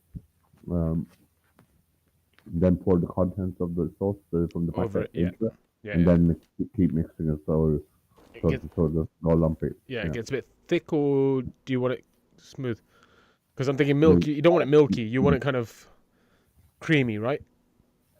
Well, there's not a lot you can do with it, but it's kind of milky, but it's smooth as well. It's peppercorn sauce, Mhm. basically. Uh, So all the stuff's in there. The peppers are already in the mix, so it's just when you put it on the steak, it's just tasting peppercorn. Brilliant. Okay, I'm not a big fan of pepper. I like chili, but not pepper. I think peppers and salt especially, it's just got to be lightly dusted. Nothing too powerful. I'm just going to read a couple more of these. Shivite says, Lord Vishnu displays Garuda in the skies above, marking the beginning of the end of the current Yuga cycle. Interesting. So, Lord Vishnu displays Garuda in the skies above, marking the beginning of the current cycle. So would that be like, what would that be, Shivites? Has it already happened? Is it about to happen? Because most people seem to think that we're coming into the last cycle and coming into the end of the last cycle before we go into the next cycle. Come on, says Darwin. Shivite says, I am waiting for a explanation how trillions tons of water can float on a ball effortlessly for years now. But now I have come to realization it can't and impossible. It's gravity, isn't it? Well, that's what they say. But obviously with gravity, gravity works. It is an interesting question, though. No, It is for an sure. interesting point to Yeah, think about because it. there's a thing that they do where they get a tennis ball and they cover it with water, and then they spin the tennis ball. And what do you think happens to the water? It gets spin sprayed it? everywhere. It doesn't stay on the tennis ball. Okay. Yeah, But yeah. but the downside to that experiment is that you're using something that doesn't have a very large mass Yeah, yeah. And obviously, the idea of gravity is that you need a large mass in order to have an effect on the gravity. And then at that Right. point, it Okay. could be Yeah, potential. But right. I can't Okay. think of an experiment that we could do that could actually truly replicate the Earth Yeah. as a ball with. Yeah. But good Well, point there. yeah, but we know gravity exists, but Do and we? we know it. Well, yeah, well, we know it because we know we've seen the effects of lack of gravity in space, in the space station when they're all floating around. So we can see the effects of lack of atmosphere, etc. Um, You know what I mean? I'm sure lack of atmosphere and gravity are two different things, but we see the lack of gravity at play in with astronauts when they're in the space that's station. if you believe the astronauts are in space. There's another conspiracy theory out there that says that the space station isn't actually up there. It's actually a studio where NASA films this underwater. And Really? yeah, because there's loads of Netflix. there's there's loads of footages of the space station, and then there's these random bubbles that come off it, and it's like, why are there bubbles in space? And the idea is that Right. okay, I think it'd be, I wouldn't, I just think it'd be too much to kind of keep something like that under wraps. no, I don't think so. You know what I mean? I Yeah. don't think so. You believe in the flat earth and the man? Well, I said this before. When I first heard about flat Earth, I was like, that is so stupid. And then I Mm. went online to kind of see what the flat earthers were saying, so I could disprove it. And every time I would Mm. think, oh, I've got a way to disprove it, I was like, no, that doesn't actually work. Like one of the Mm. biggest things for me is this: is uh, ba- ba- ba- ba- ba. Say there's a break in the clouds. Mm. So that's the sun at the top. That's the Mm. cloud, and there's two breaks in the clouds. Mm. With the breaks in the clouds, the light shines like this. Right. You may have seen that sometimes. You'll be looking at the clouds, and then there's some rays going this way and some rays going that way. It's always like in a triangular shape. Mm. However, if the sun was a million miles away and the light was traveling directly, straight perpendicular, Mm. then the light should technically only go the same way. It shouldn't be going into a triangle. It shouldn't. That's my theory. Mm. That's the thing that I don't understand is the light of the sun. If the sun is a million miles away and Mm. when it hits a cloud, it then splits into a triangle, it shows that the sun can't be as far as they say because Oh, I see the right. do you know what I mean? With the Yeah. with the way the light's traveling, it should be So you're saying the sun is near, straight. and is this in within your flat Earth theory that it's really beneath in the globe? There's Potential. something Yeah. blocking Within the globe, within the atmosphere, kind of thing. But that's why, like, when you go to certain places in the world and you fly, it Mm. really looks like you're really close to the sun. Like, Yeah, there's but these. hold on, Mhm. that'd have to be a massive globe, Dylan. Yeah, it's a massive globe, but that's why this is the thing. When I went down this rabbit hole of flat Earth, Yeah. the kind of conclusion I came to was this: that it's not really flat. It is a giant globe. However, if you can see this, we are trapped up here. So there's a dome at the top, Mm. and then the rest of the world is down here. But Yeah. that's where we are. We're stuck within this little section, and Really? Okay. the theory is that because they keep changing the shape of the Earth to kind of make excuses as to why this is this and this is that. They come up with all these different reasons as to explain things, and it just doesn't make sense. Whereas this would make more sense because it's so hard. Because I don't really believe this. I don't 100% believe this. Like I said, this is just a Yeah. theory. It's just a Yeah, theory. no, yeah. But- It's the same as the Big Bang. That's the theory. Yes, exactly. But with this one, it's just that I've got no way of proving this. It's just it makes more sense than Hmm. oh no, we've Tell traveled the you whole my- world. Okay, I tell you something that when I kind of contemplated this thing that we're actually in a kind of globe, or sorry, we're in a covered by a perspex, perimeter or glass Yeah, perimeter, or whatever the it is, barrier. a barrier. Yeah, yeah. Would be that if that was the case, wouldn't we just from the heat of the sun inside is what you? Because if you're saying that if the sun is also inside this kind of space, Hmm. wouldn't we just burn up? Because there's nowhere for the heat of the sun or anything to escape to. That could be why they keep quoting global warming. Well, no, the global warming is because a part of the ozone layer was Well, broken. They that's what say they it's say. That's what they say. If we that yeah. goes by the globe theory, that goes by the globe theory, and the whole science that they've told us is 100% accurate. But if you, So if there was that demand, mm, would are you saying that somebody's created that globe, that's it, that glass kind of burp thing? kind of, yeah. So Who? Who? if we go to scripture, they Yeah. talk about some kind of wall being created. Let me just Google the wall that I'm thinking about so I can You're not reference it you're correctly. not talking about because I've had a little recent thing in scripture about something in Genesis that kind of got me thinking. You're not talking about the firmament, are you? Not they call it the firmament, the dome, but I'm talking about something else in Because particular. 'cause I think the firmament is the ozone layer. When I read the scene about the firmament, I thought, oh my God, that's the ozone layer. Well, it could be, it kind of makes sense. I'm not saying it actually 100% is. I'm just saying if they were saying that about firmament, if they knew about the ozone layer in the time of Genesis was Mm. being put together, that would be a miracle of the Bible. So If I we, don't if think we, if we equate it to the ozone layer. I don't think it's in the Bible. I think it's possibly in the Quran, but it talks about Gog and Magog, Yajuj and Majuj. I keep hearing about this. I have in a few different places, Yeah, but I don't know what it means. nobody does. Essentially, it just says that towards the end times there will Hmm. be two armies, uh, but they're Right. trapped behind a wall, and this wall is impenetrable except until the end times. When the end And times there's are already billions of people on the other side or something. I have heard exactly this kind so of argument. yeah, so if we go with that kind of logic and that kind of understanding, you've got people Hmm. saying the flat earth with the ice walls Right. around us. Antarctica isn't an actual island, it's Yeah, yeah, actually the yeah, yeah. walls around us.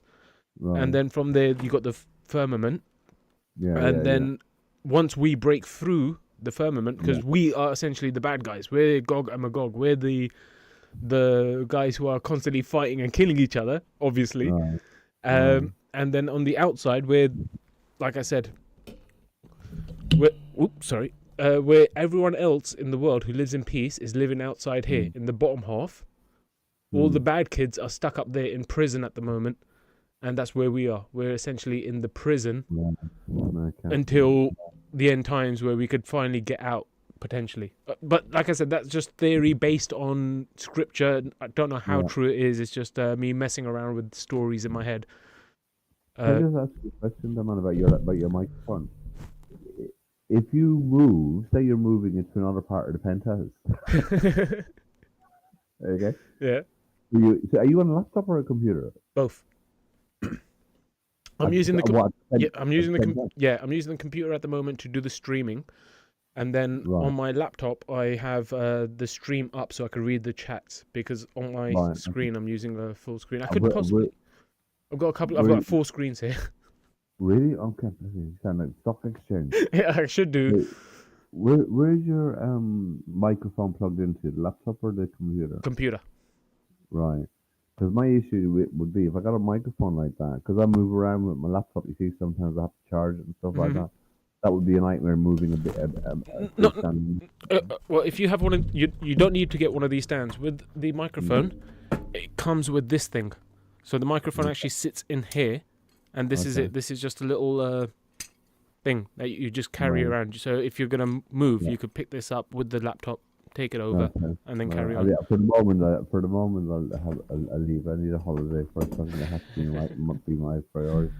I'm I just was gonna. thinking, Mhm. yeah, go on. I was just gonna read a couple of the chats. Just Yeah, remember go what on. you were about to say. Yeah, let's go.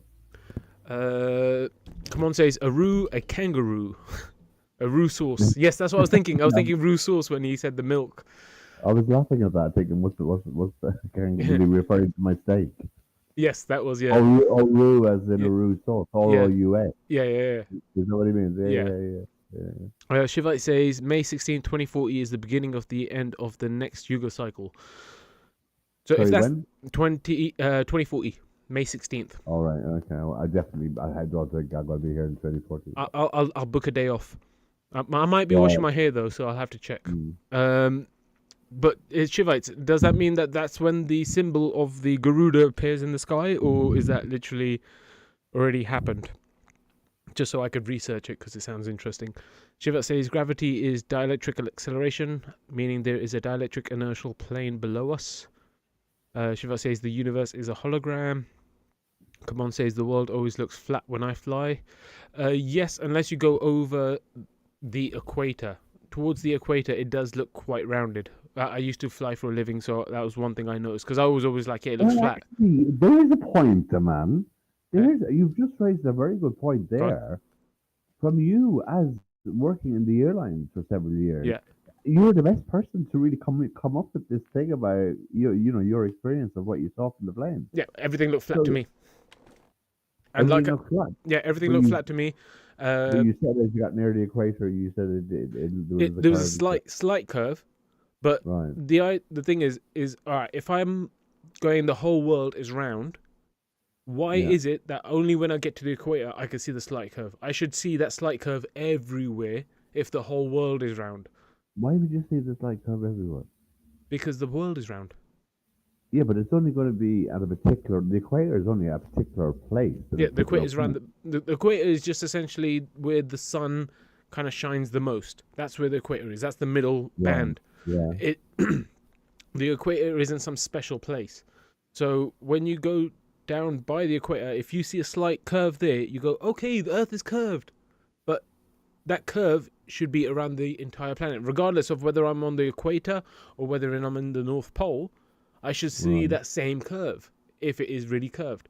But yeah, so with my experience as flying, everywhere I went, it looked flat. And they say that when you go up, you should be able to see the horizon, but the horizon keeps moving with you. If you get a chance, write this down. Go on YouTube, there's videos of weather balloons Right. with cameras attached. They Right. actually go 200 kilometers up. So a Oh, they lot, do? yeah, a lot Okay. higher than any plane goes. And Mm. with the cameras that they use something called a fisheye lens. Right. Have you heard of fisheye lens? Right. So the fisheye lens actually curves the image slightly. But you see, Yeah, I've heard this actually. yeah, I've heard this. and Yeah, you yeah. see when these weather balloons are going up, and as Mm. they are kind of, because they're moving because of Mm. the fact that they're flying up and they're not really solid, stable, they're kind of moving around doing this or moving up and down, just jiggling around. As they're doing this, you can see the image go from round to this shape to this shape to this shape because it's the camera lens that they use. But if they were to remove that camera lens, it I've would heard look flat. Yeah.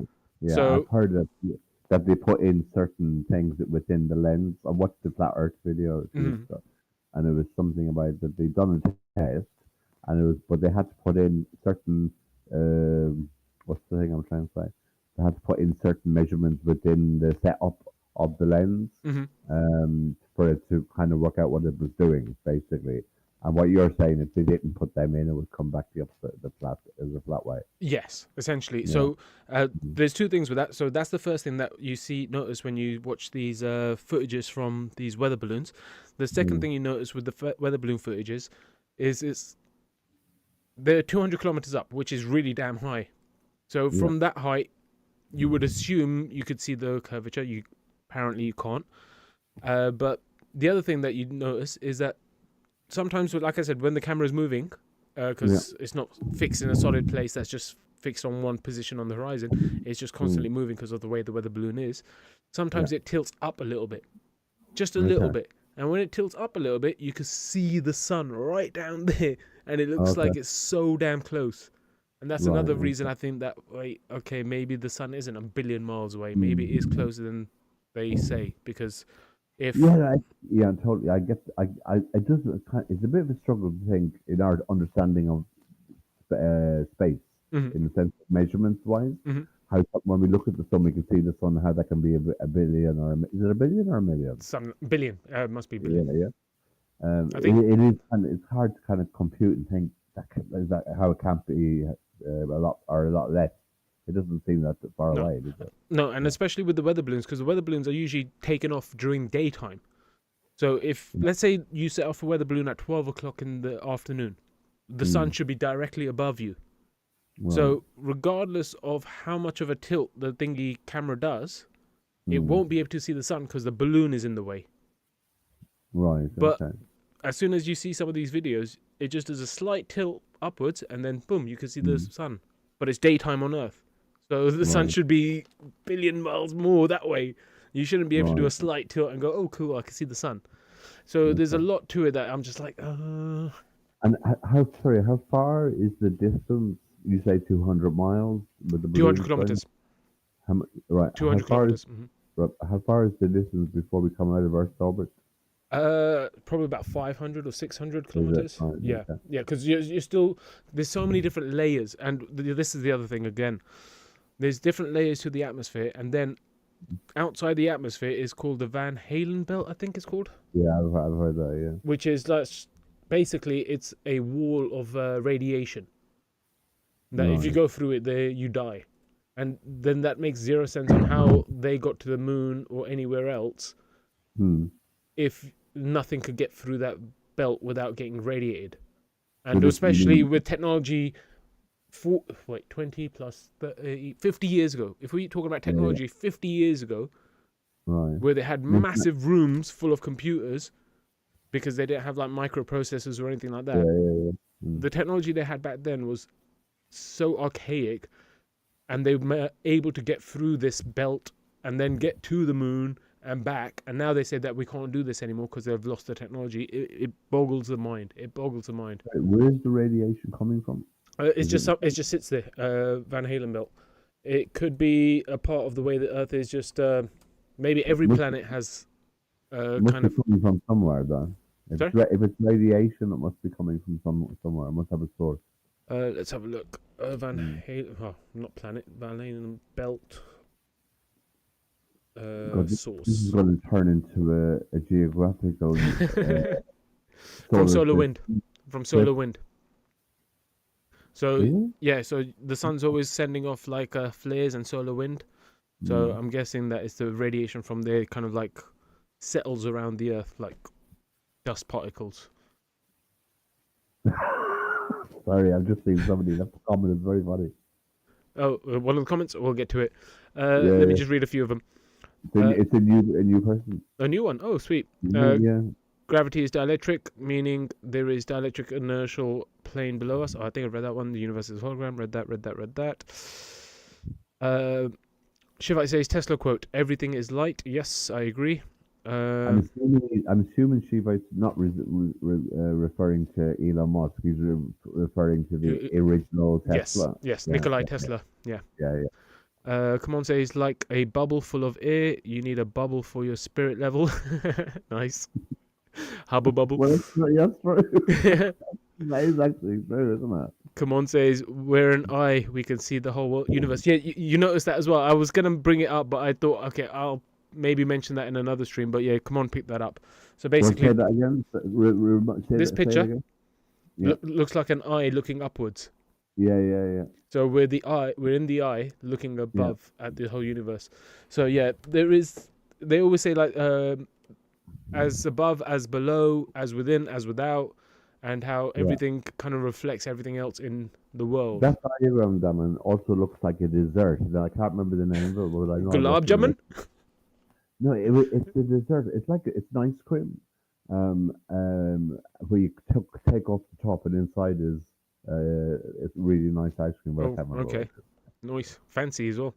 Yeah, Shivite says, Tesla quote, "The universe is a symphony, Lord Krishna overseeing the universe with energy, frequency, and vibration, his flute." Yes, I think Tesla said that everything in the universe can be explained in terms of frequency and Yeah, I agree with that. vibration or something like that. Vibration, Yeah. yeah, and Magnetism, yes. yeah, and energy and Yeah. everything. I'm more of that, but Yeah. I do believe there's a higher For sure. intelligence going on that we can access. Yeah, Yeah. but the idea is that the way you Steve Atwood access that on is that. through the vibration, Yeah. magnetism, and Yeah, but I think Shiva would probably refer to what I'm saying as the karmic stuff.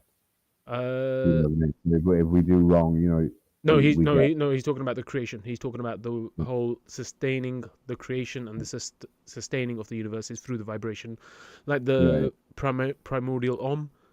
right. It's that kind of philosophy he's going down, I believe. Come on says the sorry, not well, yeah. Come on says the shepherds blew flutes when they visited Jesus.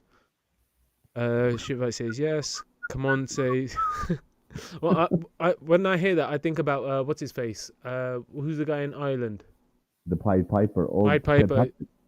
St. Patrick. St. Patrick, who played the flute and took the snakes off the Yeah. He cliff. wasn't even Irish. He wasn't even Irish, apparently. No, I think he was Turkish or something. No, that's Santa Claus. St. Nicholas was Turkish. I think you're right. No, I can't remember where it is, but I remember coming across something recently that St. Patrick wasn't Irish. And also, you know the English flag, the drag. What's The red one, the cross, Saint George's cross. Saint George wasn't even English. Oh, for you know what I mean? So when you think people are out there with these flags, go back to your country. Go back to the country. You know? I'm like, for God's sake, this is why I renamed my channel about a year ago. The Madness of Life, because it's really where you are lived. That's it. You know, there is very self-explanatory. It's just like nothing makes sense. People aren't thinking. No. You know, they're acting totally on emotion. And then there's symbolism around that. Yeah. And none of their symbolism actually is grounded in an origin of where they think. And if you got one of these group of people and you took two of them and you asked them about the same flag that they're both carrying, they both give two separate explanations because none of them are unified. They're not unified. They're all in their own head. This is why I say that people need to think. Shivite says flight paths follow a flat Earth map, not a globe Earth map. I've heard that before. In the fact that the flights don't go over the South Pole, but I'm still undecided about the whole thing at the moment. Jeffrey Mollicky, welcome to the channel, says the only thing correct about flat Earth is when the humans stand on it, it seems flat. That's why I was laughing at. Yeah, I realised. Yeah, that's good. It's true, but come on says water always finds its level and generally curves in a glass. Curves in a glass. I know that if you fill up a glass of water to the top and you kind of drop, it does have that, because of surface tension, it does have a curve to it there. But I'm not sure if it was level at the bottom of the glass. I think at that point it would be flat. Maybe I'm wrong. I'll have to experiment later. I think there's so much on the internet. All the stuff that I've been saying to you, the kind of different things I've been coming out with, you know, all just learn from the internet. You know, it's good and it's bad. It's good and it's bad because there's so much bullshit as well out there. Yeah. Well, you helped me with that. I'm kind of siphoning through stuff, thinking, is this real? Is that this not real? You know, and it makes me kind of look and question things. You know I think you mentioned a couple of weeks back about the Hollywood sign burning. That was I don't know if it did, but that's what it was on fake. the news. That was fake. They were it was CGI videos. I saw a video on it the other day. Yeah, because I didn't really watch the news. I wasn't following the news, and I didn't look at those videos either. But some people, the guys I mentioned yesterday, the guys who do the VFX themselves, they went. They were reviewing these Hollywood sign videos and going, "Is this real? And why?" And I like the fact that they actually calling out these people. They were saying that there's people out there that are taking this tragedy and they're trying to profit off it. Exploiting it. Yeah. And it's not even by just giving the news or trying to give something good or do something helpful. It's just spreading bullshit, which confuses people. Come on, say. I'm excused the noise. I'm just getting an apple out of. Yep, perfect. I'll finish reading these. I've only got a couple left. Come on, says water always finds. Yeah, I read that one. Come on, says fishbowl, radiation belt. Geoffrey says, how would Earth account for the tides? How would Earth account for the tides? You mean if it was flat, right? I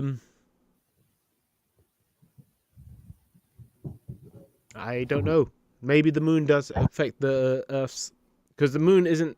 I don't think flat earthers say the moon is fake, so the moon would still be there. It's just I'm not sure. I'm not a flat Earth expert. It's just something I play with in my head. Come on, saying Saint Patrick was Welsh or English. Cool.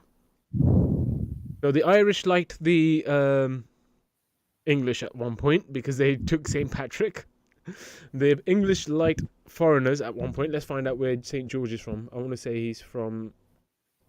Let's see. Saint George is from Turkey. So the British liked the Turkish at one point. Everyone liked immigrants at one point, and now all of a sudden they're like, "Oh, go back home." They only want the righteous ones. They only want the good ones, apparently. Shivat says the anode and cathode effect from the sun and moon may cause the tides. The positive and the negative. Yes, the dielectric or the magnetism, the fields affecting it. The other thing is, I've seen these theories where they say that, you know how they say that the ice is melting? So if you got a glass and you filled it with ice, and then you topped it up with water, Right. and then you left it there and let the ice melt, do you know what would happen? No. Do you think the water would overflow? I don't know, the man, actually. It doesn't. It doesn't. Because Well, the level stays the same. yes, or it goes down slightly because the ice takes up more space. Well, I think his ice takes up more space or something like, or it's the same amount of space, but when it melts, it doesn't actually, because of the displacement, because the water level is up here because of the ice down here. So if the ice melts, it doesn't actually make the level go up. It just kind of stays the same or goes down slightly. So there's videos on that on YouTube, or you could experiment at home. Just fill up a glass full of ice, top it up with water so it's on the top level, and just leave it there overnight, and then come back in the morning and see if there's a puddle. I probably won't, the man. No, anyone else can. I'm sure you understand. No, I don't understand. I don't understand. No, I get it. I haven't done the experiment myself. It was just like, yeah, it makes sense. I was on Nose's channel one time, and he was convinced that a kilo of gold was heavier than a kilo of feathers. Oh, seriously? Yeah. Wow. And I just thought, you just don't get it. A kilo is a kilo, whatever it's a kilo. The kilo is the weight. You know, yes, there will be more feathers to make it a kilo, but it's a kilo of feathers or a kilo of gold. Yeah. And this is Mr. Logical. This is Mr. Logic and reasoning. I think that's when I started to realize. I think that was the beginning of my enlightenment. That's when you had your wake up call with the big nose. That was my kind of, what's the word? My light bulb moment. Yeah, because that's, well, to be honest, the only reason I know that is because it's like a riddle that you kind of learn as a kid. It's something that we learn like in science class and stuff like that. It was one of those kind of like riddles. It's like, oh, what's heavier, guys? This or this. So I guess if you've never actually experienced it, you probably would end up saying the wrong thing. But did he accept your answer and when you explained it to him? Well, I think I was banned. I would think I was listening to him talking to somebody on there. I don't think I was actually part of the conversation. No. But it reminded me of something. You know, when you were younger, when you get your first job or something, and I don't know, for example, like a car mechanic, and you got new apprentice, and they play tricks on new apprentices. Yeah. And so, could you go take the bucket and get me a bucket? Go down to John and get me a bucket of air. Do you remember all those? You hear all those kind of things. Yeah. I got played tricks on. There was a summer where I worked with the school. I did a voluntary thing where over the summer period, I took part in like summer events. So the school was, because it was a sports college, they would have like football, hockey, all these kind of like sporting things that you could do, badminton, and there'd be teachers that would work over the summer, and they would just take some people as volunteers to make sure that people have got the right pass, that they have paid to come here or whatever. So I was working with them, and the teacher told me to go to this other teacher and ask him for a really, really, really long wait. And I went there and I was like, yeah, this other teacher wants a really long wait. Like he said, the longest one you have. And I was standing there for ages. He said, yeah, just give me a minute. Yeah. And I was standing there Wait for there for an hour, wait there ages. for an hour. Yeah. That's the whole thing. Like a long wait, and Yes. wait Yeah. for as long as you can. I was like, he's like, do you know what? I don't think I have one after like an hour.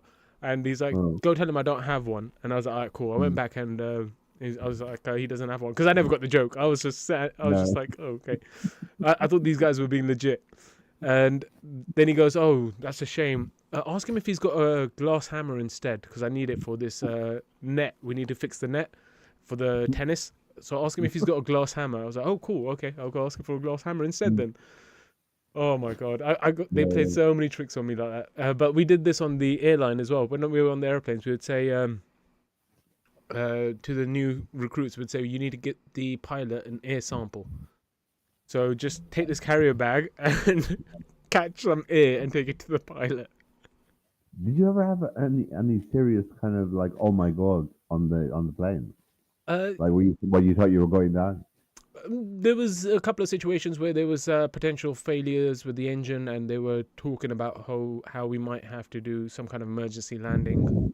But we're gonna keep going. We're gonna try and keep going, and hope the problem either fixes itself or the situation what they're doing to resolve it. Like, because with the pilots they have like scenarios after scenarios after scenarios in this massive book, which they refer to, and then they have to make sure that they are doing everything. But before they do that, they'll let everyone know, hey, listen, this is a situation. This thing is going on. We're going to try and resolve it if we can. If we can't, we're going to have to go for an emergency landing. So instead of doing the second meal prep, we want you to just stay on standby and just make sure that if we need to divert, that you're ready to do this, this, and this. So there was a couple of these situations, but they never really panned out to anything serious because the situation managed to resolve itself. But Did you ever have a stunt? Here's a question for you, the man. I don't know if you can think what I'm going to ask you. Did you ever have in your preparation stunt, you as books and kind of training, what to do in case of an alien or UFO attack? No. Was there ever anything around Nothing. Something coming from somewhere else? Nothing about keeping quiet about aliens. Nothing about if. Not about keeping quiet, but about how to deal with. No, I know, but there was no reference to aliens. But I'm saying like from the top of my head, because you said alien attack or alien invasion. Not alien invasion, but if there was a UFO, something happened in mid-flight of like, oh shit. Yeah, so if a UFO was to come to the side of the plane or something, you would think, and that would be the most obvious thing that you could think of in regards to a UFO interaction with an airplane, is that you might see one through the window. Yeah. They never said that if anyone ever says they could see a UFO, or if the pilots let you know that there's a UFO, you need to go around and close all the blinds or anything to prevent. Oh, there was no training. Never even mentioned. Yeah. So. Did you ever see them? No. No, not personally. No. And not on the planes. I've seen something elsewhere. I've got another story I could tell you in a moment in regards to my UFO experience. But nothing on the planes. I'm just going to read a couple of these comments because I've almost finished. Geisha's back, says, cool. Welcome back, Geisha. Come on, says St. Patrick was Welsh or English. I read that. Shivat says that, read that. Come on, says the Earth tilts, the tide comes in and goes out. Tide tilt. Okay. So you think that the flat Earth is tilting constantly? Well, they do say that I think the Hindus say that the Earth is on the horns of a bull. So if it's on the horns of a bull, it's always tilting. So maybe you're right.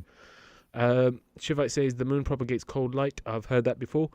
Shivite says water is only element that expands when frozen. Interesting. The only element that expands when frozen. In regards to what you just said, a UFO story for myself. So there's a kind of park that I have nearby. This was about when I was 17, I think, maybe 18. I went down to this park with some friends. We were going to have a couple of drinks. And this was middle of the night. We were just going to have a few drinks, just catch up and stuff. And we were walking through the park. And as we were walking through the park, for a split second, the entire park lit up as if it was daytime all of a sudden. It was just a bright light everywhere. And Hmm. literally in that split second, it went on and it went off. And we looked around at each other, went, what was that? And we were like, I don't know.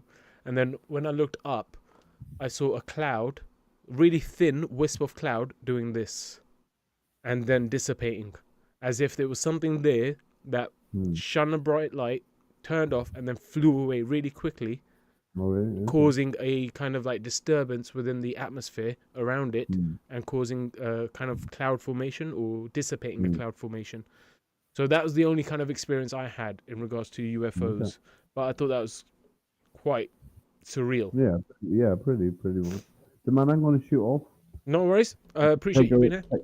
Yeah, it's been great. You've been a kind of bit.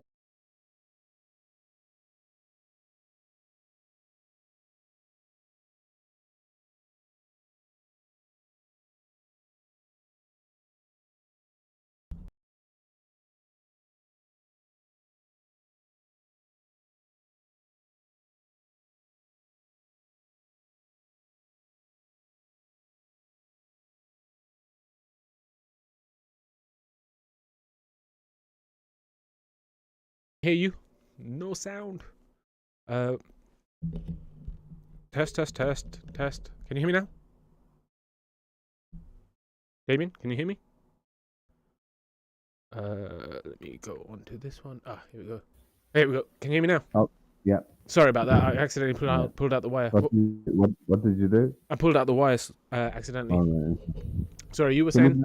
Yeah, no, I said it's nice to connect. You know, I was kind of a bit wrecked in my head for a little over that guy. You know, I'm not good with kind of people coming and throwing me like that. Idiots. You know what I mean? So it knocks me off my center. You know what I mean? So it's kind of nice here to kind of ground you help ground me back into my little bit of center of like everything's okay, David. The world still goes on. You're still alive. Another day. Well, maybe the world doesn't go around. Maybe the world stays still.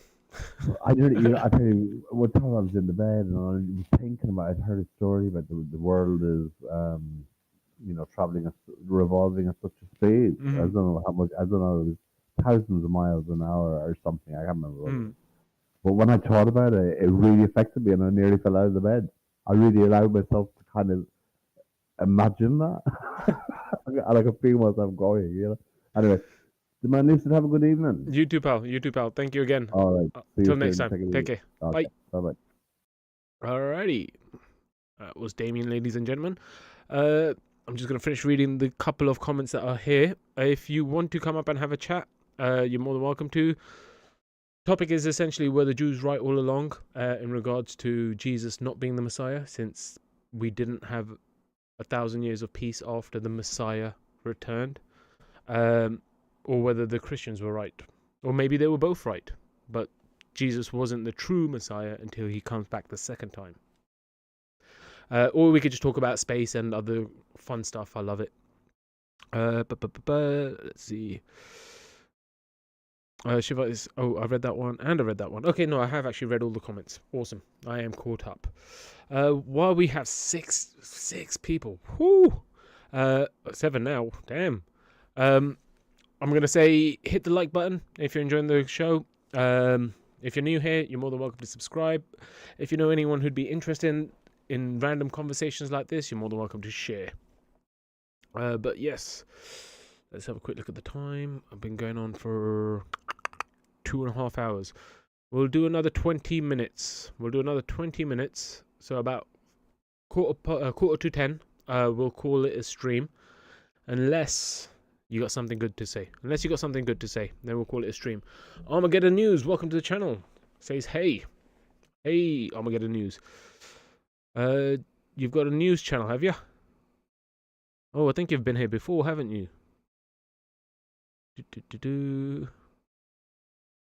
Welcome back, though. Welcome back. So yeah, talking about aliens, space, God, Jesus, the whole shebang today. The whole shebang. We're going through it all. Main question essentially is: were the Jews right all along? Jesus didn't cause 1,000 years of peace. fact we had 2,000 years of shittiness, if we are coming up towards the end times and we are waiting for Jesus to return, are we then going to have 1,000 years of peace? Maybe it won't be Jesus. Maybe it'll be someone else. Who knows? Or maybe he'll call himself Jesus. What do you think? What do you think? And also, the Jews say a lot of things about how we need to live with the world and try and work with the world. Whereas I think Christianity is kind of opposite to that. And so is Islam. Islam's like, no, you need to tame the world. You need to control the world. And then Christianity is like, don't worry about the world. Don't worry about it. It's fine. Just do what you want. Just believe in this guy. Believe in this guy called Jesus and he'll sort you out. That's all you need. So there's a few different variations on what each group is saying. And I personally think about balance. I think balance is key. Like the great Thanos once said, perfectly balanced as all things should be. Yeah, you know you're going on into the dark side when you're quoting Thanos, don't you? So yeah, what do you guys think? Do you think that the Jews were wrong, or they were right? Or do you think the Christians were right, even though they weren't? Do you think the Muslims are right? I definitely don't think the Muslims are right. I think some Muslim beliefs actually say that Jesus didn't die and he then had a family. Let me just double check this. Islam, Jesus had a family. Islam is the only faith that honors and gives high status to the Prophet Jesus and his family, including blah, blah, blah, blah. No, it's just talking about his siblings. I think they... Oh, no, sorry, I remember now. They actually say that when Jesus returns, that's when he's going to have a family. That's when he's going to get married and all that stuff. So, yeah. Shivite says the reset. You want to talk about the reset? Or you think the reset is the only truth? It's a shame if it's a reset straight away. Don't... Like I said, bring the asteroid. I'm ready for it whenever. Like, I ain't too bothered. I'm gonna enjoy it, whether it's another 5 years or 20 years or 30 years, whatever. The reset doesn't bother me that much. But Shiva says the reset resets the balance to realm 2. Yes, I guess it does. But it's usually quite a violent reset. I think that we could try and do a healthy reset. You know, a nice reset. I don't think it has to always be a violent reset. But what do I know? What do I know? Armageddon News says, Israel's prophets are right. The Jews went a bit straight in rejecting Jesus, but that was God's plan in order to save the Gentiles, so they too could share in the resurrection by faith in the Messiah. Israel's prophets are right. The Jews went a bit astray in rejecting Jesus, but they was God's plan. So yeah, they were meant to reject Jesus because that was the only way the plan could be accomplished. I get what you're saying. Armageddon. I've said this kind of previously, that even like Adam and Eve eating the apple, that was part of the plan. You know, everything that's happened is part of the plan, because if it wasn't part of the plan, it wouldn't happen. Essentially. So Jesus dying on the cross had to happen in order for everything else to happen. But is he the true Messiah when he's dying on the cross, or is he the true Messiah when he returns and finally brings peace? That's the question. Because I think the Christians seem to think that he's the Messiah and that's it. And he's done what he needed to do. He's done everything. And he's only coming back. Christians believe that he's only coming back to judge the world and then send people to heaven or hell. I.e. the reset. The violent reset, you know? So I think Christian theology kind of follows along the lines of the violent reset with Jesus coming back. Whereas the Jewish philosophy goes along the side of the Messiah returns, gives us peace for 1,000 years, and then we get a reset of some kind. So that's the two narratives that we're working with at the moment. Armageddon says everything is on course, and then he says Jews have two messiahs. I've heard something similar to this. I think, I don't know if it's two literal messiahs. I think they kind of confuse themselves on exactly what it means. I think they're still figuring it out. They're figuring out most of their books as they go along as well. I think in recent times they've had some new revelations, and they've started explaining the texts in a different way than the way they used to. So I think they're still trying to... Yeah, Ben Joseph and Ben David, that's what I've heard. Yeah. Ben Joseph suffers, dies, and rises. Ben David reigns. Interesting. They are two, are one. That's what I was thinking. That's my Armageddon. You seem quite clued on. Clued onto my vibe. But I was thinking the same thing. Ben Joseph could be like the Neo before Neo gets shot and dies. And then when Neo comes back, he's then the Ben David. You know, that's the kind of impression I was kind of getting from them. The way they were trying to explain it, because even they don't know if it's two separate people or if it's just one person, but like two I don't want to say personalities, but two, because they're the same person. I don't want to say reincarnations either. Two modes of the same person. You know, so one is the Neo version, where he still thinks he's human, and then when he dies and comes back, then he's like, oh no, fully enlightened, and he realizes, oh, I am one, I am everything, and then he can stop bullets.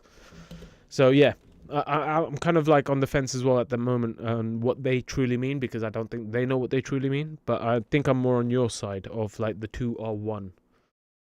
And then the Muslims are going to turn up and go, how can two be one? How can two be one?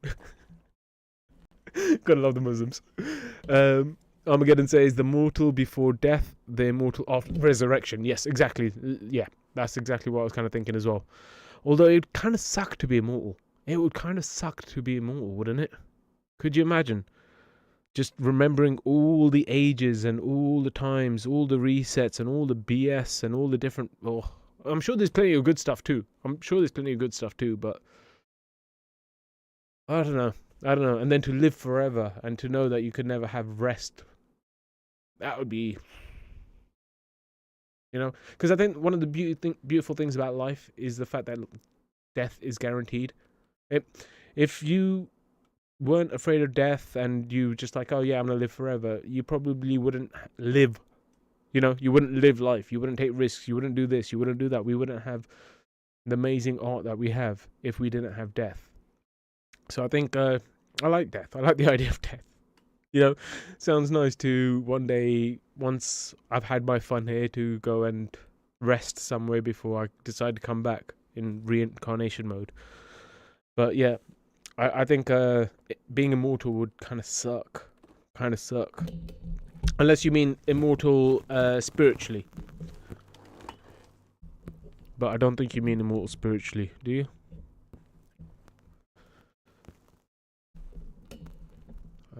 My mic's making a bit of a weird noise. I hope... give me a 1 in chat if mic's okay.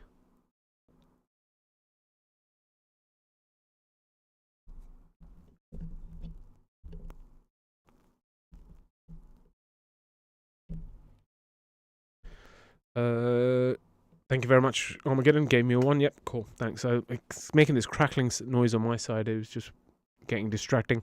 Armageddon says, I translate rabbinic text and have found everything Jews have hidden about the Messiah Ben Joseph, including his suffering for sin, death, and resurrection. So, if we were to go by the fact that what you said, the Ben Joseph and the Ben David, and would that not be attributed to Jesus himself? Because Jesus would have died on the cross, come back, if you believe in that story. He would have died on the cross, come back, and then at that point he would have been immortal. But he didn't. So maybe he's immortal, but he's up with the aliens? Because he can't die. His spirit can't go to God because he's immortal now. He's stuck here on Earth. Or do you think that even as human beings, as an immortal human being, that you can leave the physical realm? Do you think that's possible? That's an interesting question. As an immortal human being, could you leave the physical realm? Because I don't know if you've ever watched Stargate. Stargate's an epic show. But there's a character in there called Daniel. Daniel. Daniel is a scientist who figures out how the Stargate works, and he goes on the expeditions with the guys to these other planets, and he learns more about life and the history of the Stargate and the universe. And he finds out there's these ancient beings called the Ancients.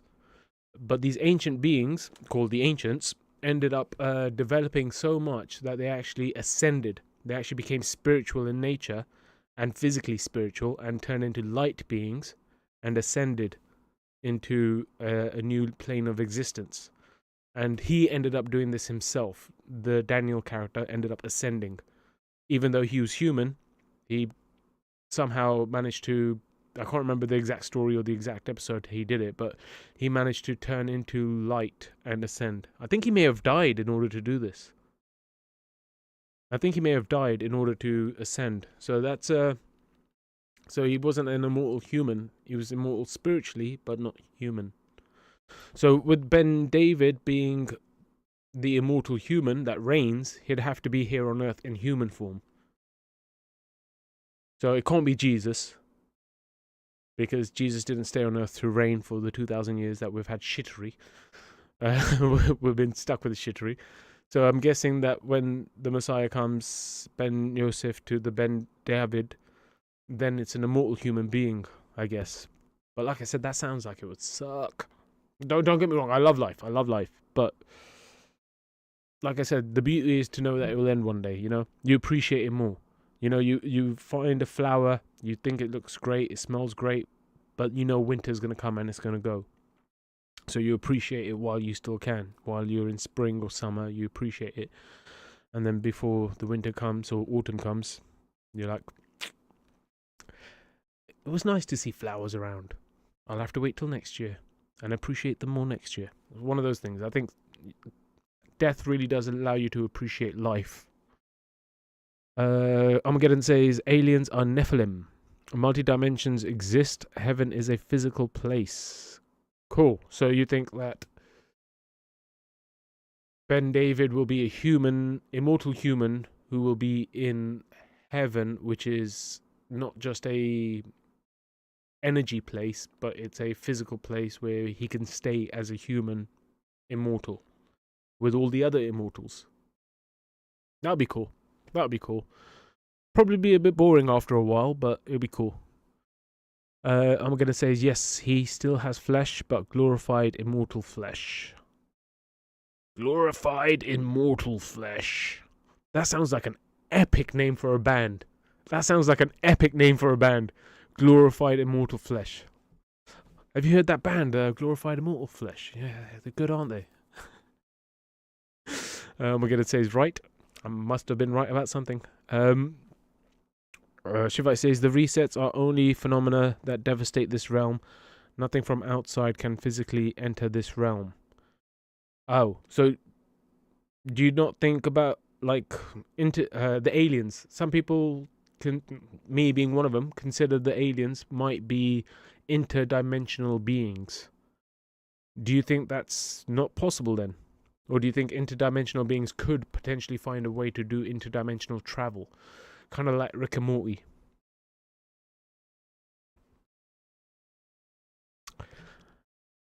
I love science. One of my favorite shows growing up was this show called there was Stargate, but there was another one called Sliders. I don't know if not many people have heard of it. It was such a good show. It was about this genius kid who comes up with a way to travel to parallel dimensions, and as he's traveling, he's got a way home. As long as he goes to the dimension and goes back home, it's all good. But there's a timer on his little device. So he sets it. He says, okay, I'm going to go to this dimension for 10 minutes. Boom. And then he sets it, goes there, and comes back. And then he goes, all right, cool. Let's try a day, you know? Get to explore a little bit. And he sets it to a day. It actually looks kind of like a remote control. It's just like he sets it, types in the numbers, and he goes, beep. And then they go into this parallel universe. But unfortunately, the parallel universe that he goes to, he can't choose where he goes. He just gets thrown into a random parallel universe. The parallel universe he goes to is actually a ice planet where global warming happened ages ago, and everything started to freeze over. We're going through a new ice age, and there's a massive tornado coming at him, and he has to go, oh, we can't stay here, it's not safe. But because there's still a day left on the timer, if he opens the portal early, he doesn't know where he's going. He's not going home, he's going into another parallel dimension. So it's a great story. It's a brilliant story, and it's just about him trying to find his way home. He's just constantly traveling through these parallel dimensions, just trying to get home. Amazing story. Love that show. Honestly, check it out. Sliders. Professor Arturo, played by really famous actor. Let me just double check. Professor Arturo.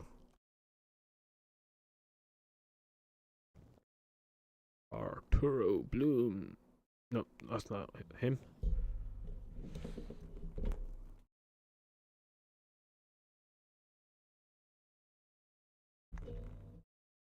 Ah, yes. Sliders. I should have just gone to IMDb. It would have made life so much easier. I forget IMDb exists sometimes. Ah, here we go. John Rhys Davies.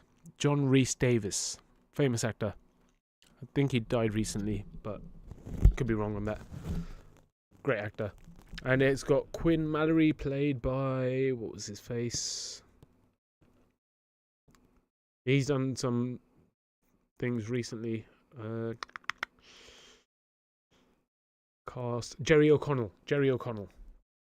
Yeah, it was a great cast. Really enjoyed the show. Check it out, Sliders. But yeah, they do a lot of dimensional travel as well. So I've seen a lot of these theories in, like, Stargate is going through like a portal to travel to different worlds. You've got like Sliders traveling to interdimensionals, between dimensions. You've got Rick and Morty, portal travel, going through dimensions and stuff. It's all cool stuff. So you don't think that's possible at all? You don't think it's possible for us to ever go into another dimension? Or maybe it is. Shiva says maybe through portals. Okay, cool. So yeah, it's not going to happen naturally. It's not a natural thing where the dimensions would clash. I agree. Yeah, I don't think dimensions would clash. I think it would be a situation of portals. But then, I did watch this recent movie from... it's an animated movie. It was a Superman movie, and I think it was a Superman movie. It was a Justice League movie. It was about how all the different Earths in the different universes, in the parallel universes, are all being wiped out, aka reset. They're all being wiped out, and they're trying to stop this wave that's propagating through the dimensions, wiping them out. They're trying to stop that wave from destroying their home planets, their dimensions where they're from. But yeah, there's a lot of these things. But that kind of maybe there is something that can travel through all dimensions as a way to reset. So we don't just get reset in one dimension, we reset in all dimensions. Armageddon says yes. All of those orbs flying around around have come down from the higher dimensions, and end signs and wonders happening now. P.S. I love sliders. Yes! I have found a Sliders guy. Thank you, Armageddon. Oh my god, you've just made my day. Thank you. Oh, I loved Sliders, and anytime I mention it, they're like, no, never heard of that. And it's like, how could you not know Sliders? It's so good. But yeah, it must be just for the geeks.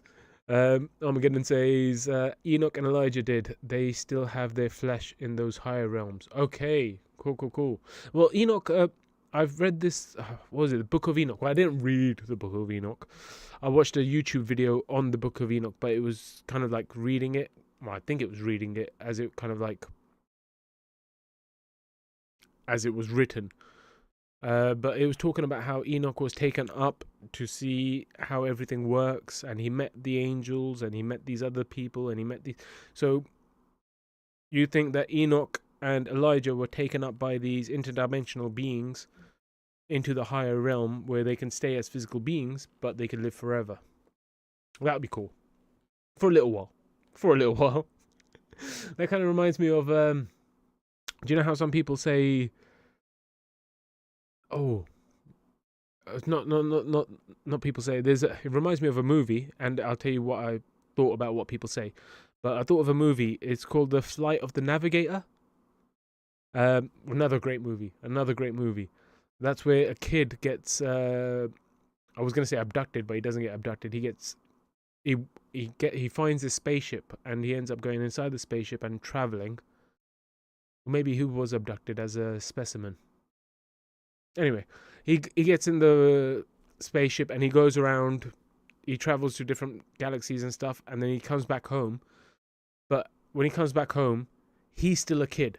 For him, it's only been 5 minutes or 10 minutes. But for everyone else, time has carried on moving at normal speed, and they're all older. They're all older people, and then he ends up wanting to go back in time in order to get back to his youthful time period that he was from. So yeah, that'll be interesting, because I guess for Enoch and Elijah, if they are up there with the interdimensional beings, for them it's probably been an hour. They're like, oh yeah, we're having a lot of fun up here, but I'm gonna be late for lunch. Can we go back down? And they come back down and they're like, oh damn, okay, what happened? What happened to the world? And then the other thing I was gonna say is that they say that when you reach the speed of light, when you're traveling at the speed of light, you are affected differently by time by the people outside of your speed. So where the people aren't moving at the speed of light, they don't actually, they move faster. It's basically, it works out to like same kind of thing concept, that when you're traveling really fast at the speed of light, you are spending a small amount of time there, but on the earth or wherever you are, it can seem like a lot more time. Which reminds me of another show, Farscape. I don't know if you guys ever watched Farscape as well. Come on, Armageddon. Come on, I know you're cool. Farscape, epic show. John Crichton. That was a really good show again, and that one was about the guy who goes through a wormhole, ends up on the other side of the galaxy. But the idea is that there's a theory that he wasn't on the other side of the galaxy. He was actually in the same galaxy, but 1,000 years into the future. The wormhole just kind of went back on itself. But I don't think that kind of panned out. I'm not sure how that theory worked out in the end. But yeah, loved it. Shivite says portals equal ether wells of some kind and type, maybe the only access to the other side. Interesting. Ether wells of some kind. Well, you say ether wells, but something I found funny today, I heard the word spiritual, and I thought, spirit, you, well. There's a well inside you of spirit. So maybe the portal's inside us all along, you know? Like I say, God's within you all. Like, the portal's inside you, maybe. Enoch is Enki, and then later Loki too. Would Enoch and Loki also be Shiv? Or would Shiv and Loki be two separate characters? Armageddon says, some say the two witnesses in Revelation 11 are Enoch and Elijah, who will return to preach to Israel. They die at the hands of the Antichrist. Ooh, okay. So they will no longer be immortal at that point. Interesting. Armageddon News says, yes, it says 1 day with the Lord is 1,000 years, so they would only been up there a few days. Yes, okay, yeah. Which is funny again, yeah. Even the Bibles and all these other books, they say the same thing, that 1 day is 1,000 years. So the time dilation between the... Yeah, it's interesting, isn't it? It's interesting. Shivite says, Enki was considered as a traitor from his people, from the underworld, as he warned humanity about the resets and how to survive them by building ships. Okay. So, wait, Enki was from the underworld? But, if he was from the underworld, I would think that he's from the overworld, because if he's from the overworld, if he's from the dimension above, and the people in the above dimension are like, no, leave these peasants, leave these ants to, you know, get washed away, and we'll start again. if they're looking down at humans from this high place and going, no, we don't want them with us, and Enoch goes down to help them and then teaches them how to survive, that would piss them off, because that gives them another chance to get up there. Or maybe it was spaceships and they ended up coming up there. But if he's from the underworld, okay, I could see that maybe from the underworld they don't want the souls to be saved. They want them to die in the reset. So, yeah, maybe they were pissed off with him for that. Yeah, I guess it could work both ways, but first thing I thought of was Enki was probably from above. Especially if he's trying to warn the humans. I think it's only like a higher authority is usually like... Because if Enki's from the lower planes, if he's from the lower world, they need the most help, you know? Him coming to Earth to help us, it's like, no, they need the help. The guys at the lower world, they need help to come up. I'm gonna say yes, saw it, love it, yes! I knew you were epic, I knew you were awesome. Welcome to the channel, buddy. Shivite says they are separate. There are subterranean races below us. Okay, so you think that Enki was a subterranean race, like lizard people? Or what's the other one? Mole people? I think South Park talks about crab people. So some kind of mix of like man, bear, pig. So it's like a crab, mole, lizards that are underground. That's what Enki was. He was a crab, mole, lizard. That'd be... I'd like to see proof of that. I've seen videos about how they talk about these massive cave network systems that go deep underground, and they connect different points on the planet. But yeah, obviously those are just conspiracy theories. I have not seen any of them myself. I'd probably not be allowed to if they did exist. But yeah, it's interesting. Maybe there are some subterranean races below. Armageddon News says Enki is probably Azazel. In the book of Enoch, Azazel taught men secret knowledge which corrupted all.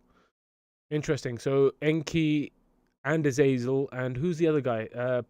Prometheus? Is he the one who stole the fire? There's loads of different stories, well, similar stories with different names for these people. Shivite says not lizards but humans. Okay, interesting. You think there's a human race? How do you think they grow their food? How do you think they survive underground? Do you think like Hollow Earth? Like excuse me. Did you think they were like what was that movie we saw? I saw recently. I think it was King Kong versus Godzilla. They go into the subterranean Earth, and then down there's like this. Either I don't know if it's the core or if there's like this fake plasma sun. Which is mystical or something. I can't remember exactly how it went, but there's some kind of light underground that's being generated there somehow. And they are then able to grow all the food and everything they need down there. Is that what you're thinking? Or do you think like the Earth's core is another sun? Do you think there's a sun as the core and the sun outside, and the sun inside at the core kind of like has like a hollow space around it where they can live and grow stuff, and maybe they have their own weather? I don't know. Sounds interesting though. Sounds interesting. Armageddon News says Enoch actually speaks about these fallen angels corrupting all flesh. That would include animals, so that is why they... Sorry, I'm just having a bit of trouble reading that. Let me just drink a bit of water.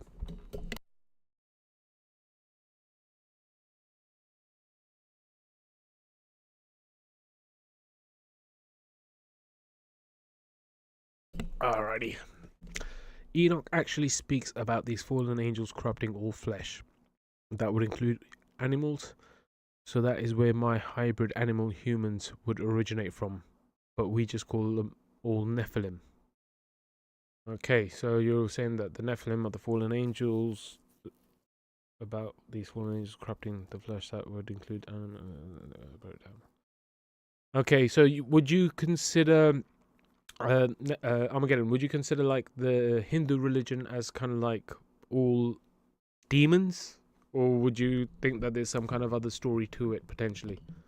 Well, and even the Egyptians. The Egyptians had like the lion-headed woman, Sekhmet. You had Anubis. I think he was a coyote head. You had Nefet. I want to say Nefet, who was like the not the octopus, the hippo woman. And then you have like the crocodile one. You've got all these different kind of like gods in the ancient Egyptian mythology as well. So would you say that they're all like fallen angels and they've got nothing to do with God? Or do you think that they're like Enki in the fact that they were just people who came down with secret knowledge and they were just represented because they probably didn't want their faces as part of the thingy. They probably were like, don't worship me. I'm not God. I'm just here to give you some knowledge. Like Enki probably did. And they were like, don't make our faces as images because you'll end up worshipping them. And which they did anyway, even with the animal ones. And essentially they're actually Enki type archetypes. They're actually people who have come down to give us wisdom. Or do you think they're all demons? Evil demons. Nephilim. Armageddon says, yes, they were fallen angels and they're hybrid animal children. All true stories. Okay, so you think they're literal animal children and literal hybrids. I do have a theory that, like on this planet, we have this Homo sapien race. I'm sure that there'll be a planet out there where humans didn't kind of evolve the way they did. We ended up, on that planet, they ended up evolving from, like, say, turtles and became Ninja Turtles. So there's a whole planet full of Ninja Turtles somewhere. You know what I mean? I think it could be like that, where the Ninja Turtles turn into a humanoid form rather than staying in the animalistic form. That would be the animal hybrid. So technically, if you go by the animal hybrid situation, they say that we came from the monkeys. You know, we're hybridized from the, I want to say, not the capuchin. Is it the capuchin monkey? No. Capuchin is the one from Friends. Which one is the monkey? What monkey did humans come from? Da, da, da, da, da, da.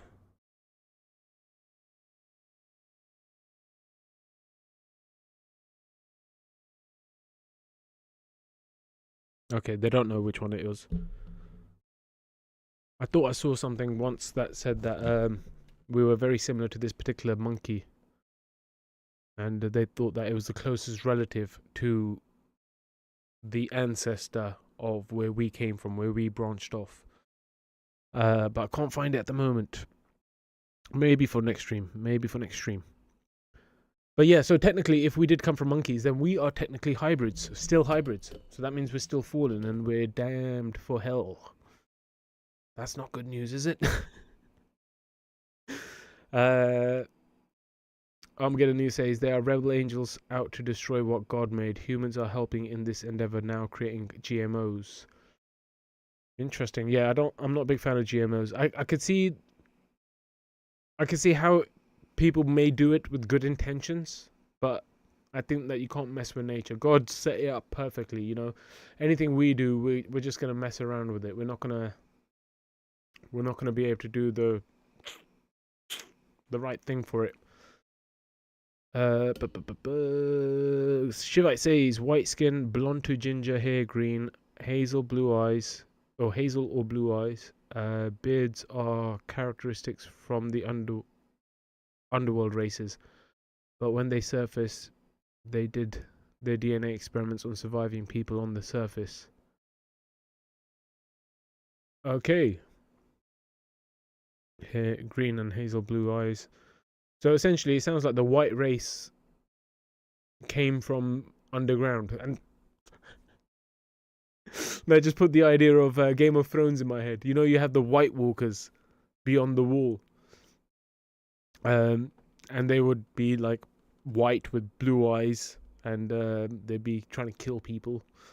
That just made me think of that. So you're thinking that the white people were originally underground and then they came out and ruined God's plan. Which kind of makes sense if you look at it from the biblical perspective.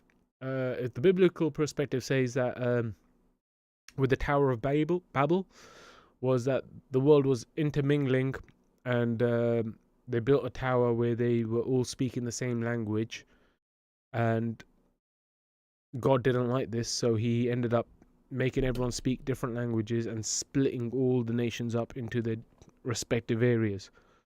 And then I guess the white people came out underground and ruined that plan. Is that what you're trying to say? Armageddon News says GMOs are hybrid, cross animal plant. I didn't know they were hybrid. I just thought they were just genetically modified, like just trying to take this piece of DNA and stick it here and see what it does, and you know what I mean. But I don't know how they would do that. Probably using some kind of virus mechanisms.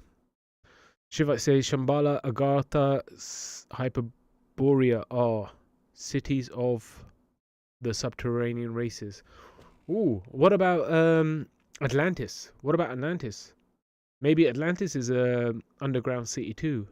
And instead of Atlantis as an island sinking, maybe Atlantis was one of these cave systems that actually got flooded, maybe with the water rising or something. I don't know. Well, unless you know whether Atlantis is somewhere else or something else. But Shambhala I've heard of. To be honest, I thought Shambhala was more of a interdimensional place. I thought Shambhala would be like some kind of spiritual realm rather than the physical realm.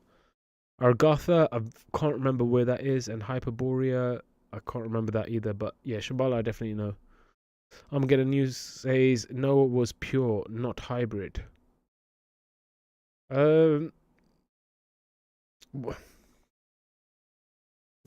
Armageddon, you don't believe that we came from monkeys? You don't think that we were? If we go by the Sumerian text, I think the Sumerians say that the Anunnaki, those who came from above, came down and they created mankind by mixing the DNA of the monkeys and the humanoids at the time, and then created man. So if we kind of go by that narrative, and this is Sumerians, this is like 5, 6, 7,000 years ago, these guys were writing on the wall. So if that's what they believe they were from, that means that those humans were actually the hybrids of this story. So that's why I'm just confused. Because even the scientists now say that we're kind of related to monkeys back generations. So technically we are hybrids still, but yeah. Shivit's laughing. Armageddon says Noah had 3 sons, black, white, and red. It's in Enoch.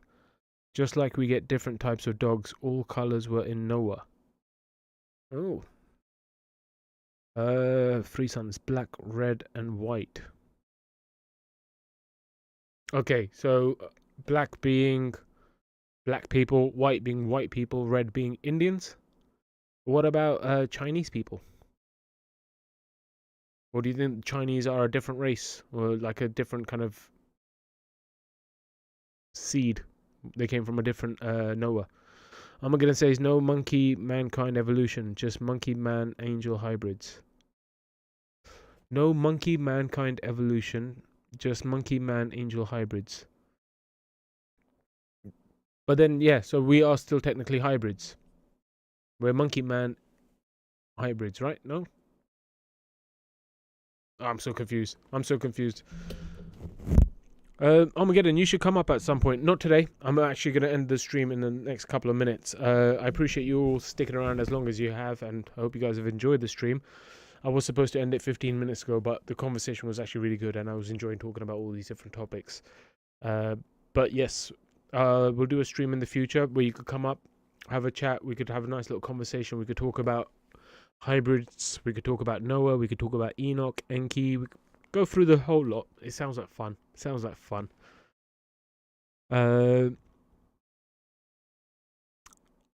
Shiva says Atlantis was destroyed by a past reset and was submerged by it, and the survivors sailed east and became the sea peoples. Okay, so Atlantis wasn't underground, it was the previous reset, the previous Yuga. Armageddon says humans were pure, created by God, Monkey men are angelic creations. I'm a monkey man. I'm a monkey man. Not that I want to be an angelic creation, because I think I'd be classed as an abomination as a monkey man. So it's not for the good stuff. But monkey man, you know, Son Goku. There's a story of, like, you must know Son Goku. Everyone knows Son Goku. Goku is like Son Goku is the story based on, like, the Monkey King, and then you've got the Monkey King story, and then you've got the Hanuman story from Hindu philosophy. So yeah, that'd be cool to be a monkey man. Oh, Tarzan, monkey man. Tarzan. There you go. He doesn't look like a monkey, but he acts like one. But yeah, monkey men are angelic creations. All right, cool, awesome. I think that's where we'll leave it. Thank you again for joining. Appreciate you all coming back down. If you're new here, please go ahead and subscribe. If you enjoy the content, drop a like. If you know anyone who'd be interested in this kind of conversation and they may be able to contribute to the conversation, you could tell them to come down and click the link and join in future streams. But I appreciate you all being here. Oh, Bigfoot, yes, exactly, yeah, Bigfoot as well, monkey man. There we go. And there's different types of Bigfoots as well, like the Yeti and the Abominable Snowman. I think the Yeti and the Abominable Snowman are the same thing. Then you've got Sasquatch. It could just be like humans living in different areas. It could just be the same species, but in just different areas. But yeah, you know, apparently there could be different versions. So I'm happy just thinking about it. It's fun. But yes, I appreciate you all being here. Thank you all so much. I hope you guys have an amazing evening. Make sure you get some rest, get something warm to eat, and I shall see you on the next stream. I am the dust at the feet of God's servants. Only God is special. Peace out. So unbound and fled free, looking for the one soul, longing for me. Broken dreams create new hopes, collecting twigs to build our home. Praying the angels watch over you until the day we become true. Divine union my heart craves, a love that lasts till the end of days. I have found love and it set me free, like this cosmic dance that's walking to eternity. Forever you and me. Life can be hard and tough, always know you are enough. Let me be your rock through the storm, the lighthouse calling you home. I will always be there to shine the light on your darkest fear, dispelling shadows that linger on, reminding you that we are one. I have found love and it set me free, like this cosmic dance that's walking to eternity. Forever you and me. Ooh. Let's play together in this garden of love, diving deeper into souls from above. Two flames from a single wick, dancing together, wild and quick. Bound by a rhythm soft yet free, moving as one in harmony. I have found love and it set me free, like this cosmic dance that's walking to eternity. Forever you and me. Ooh, ooh. I have found love and it set me free, like this cosmic dance, let's walk into eternity. Forever you and me.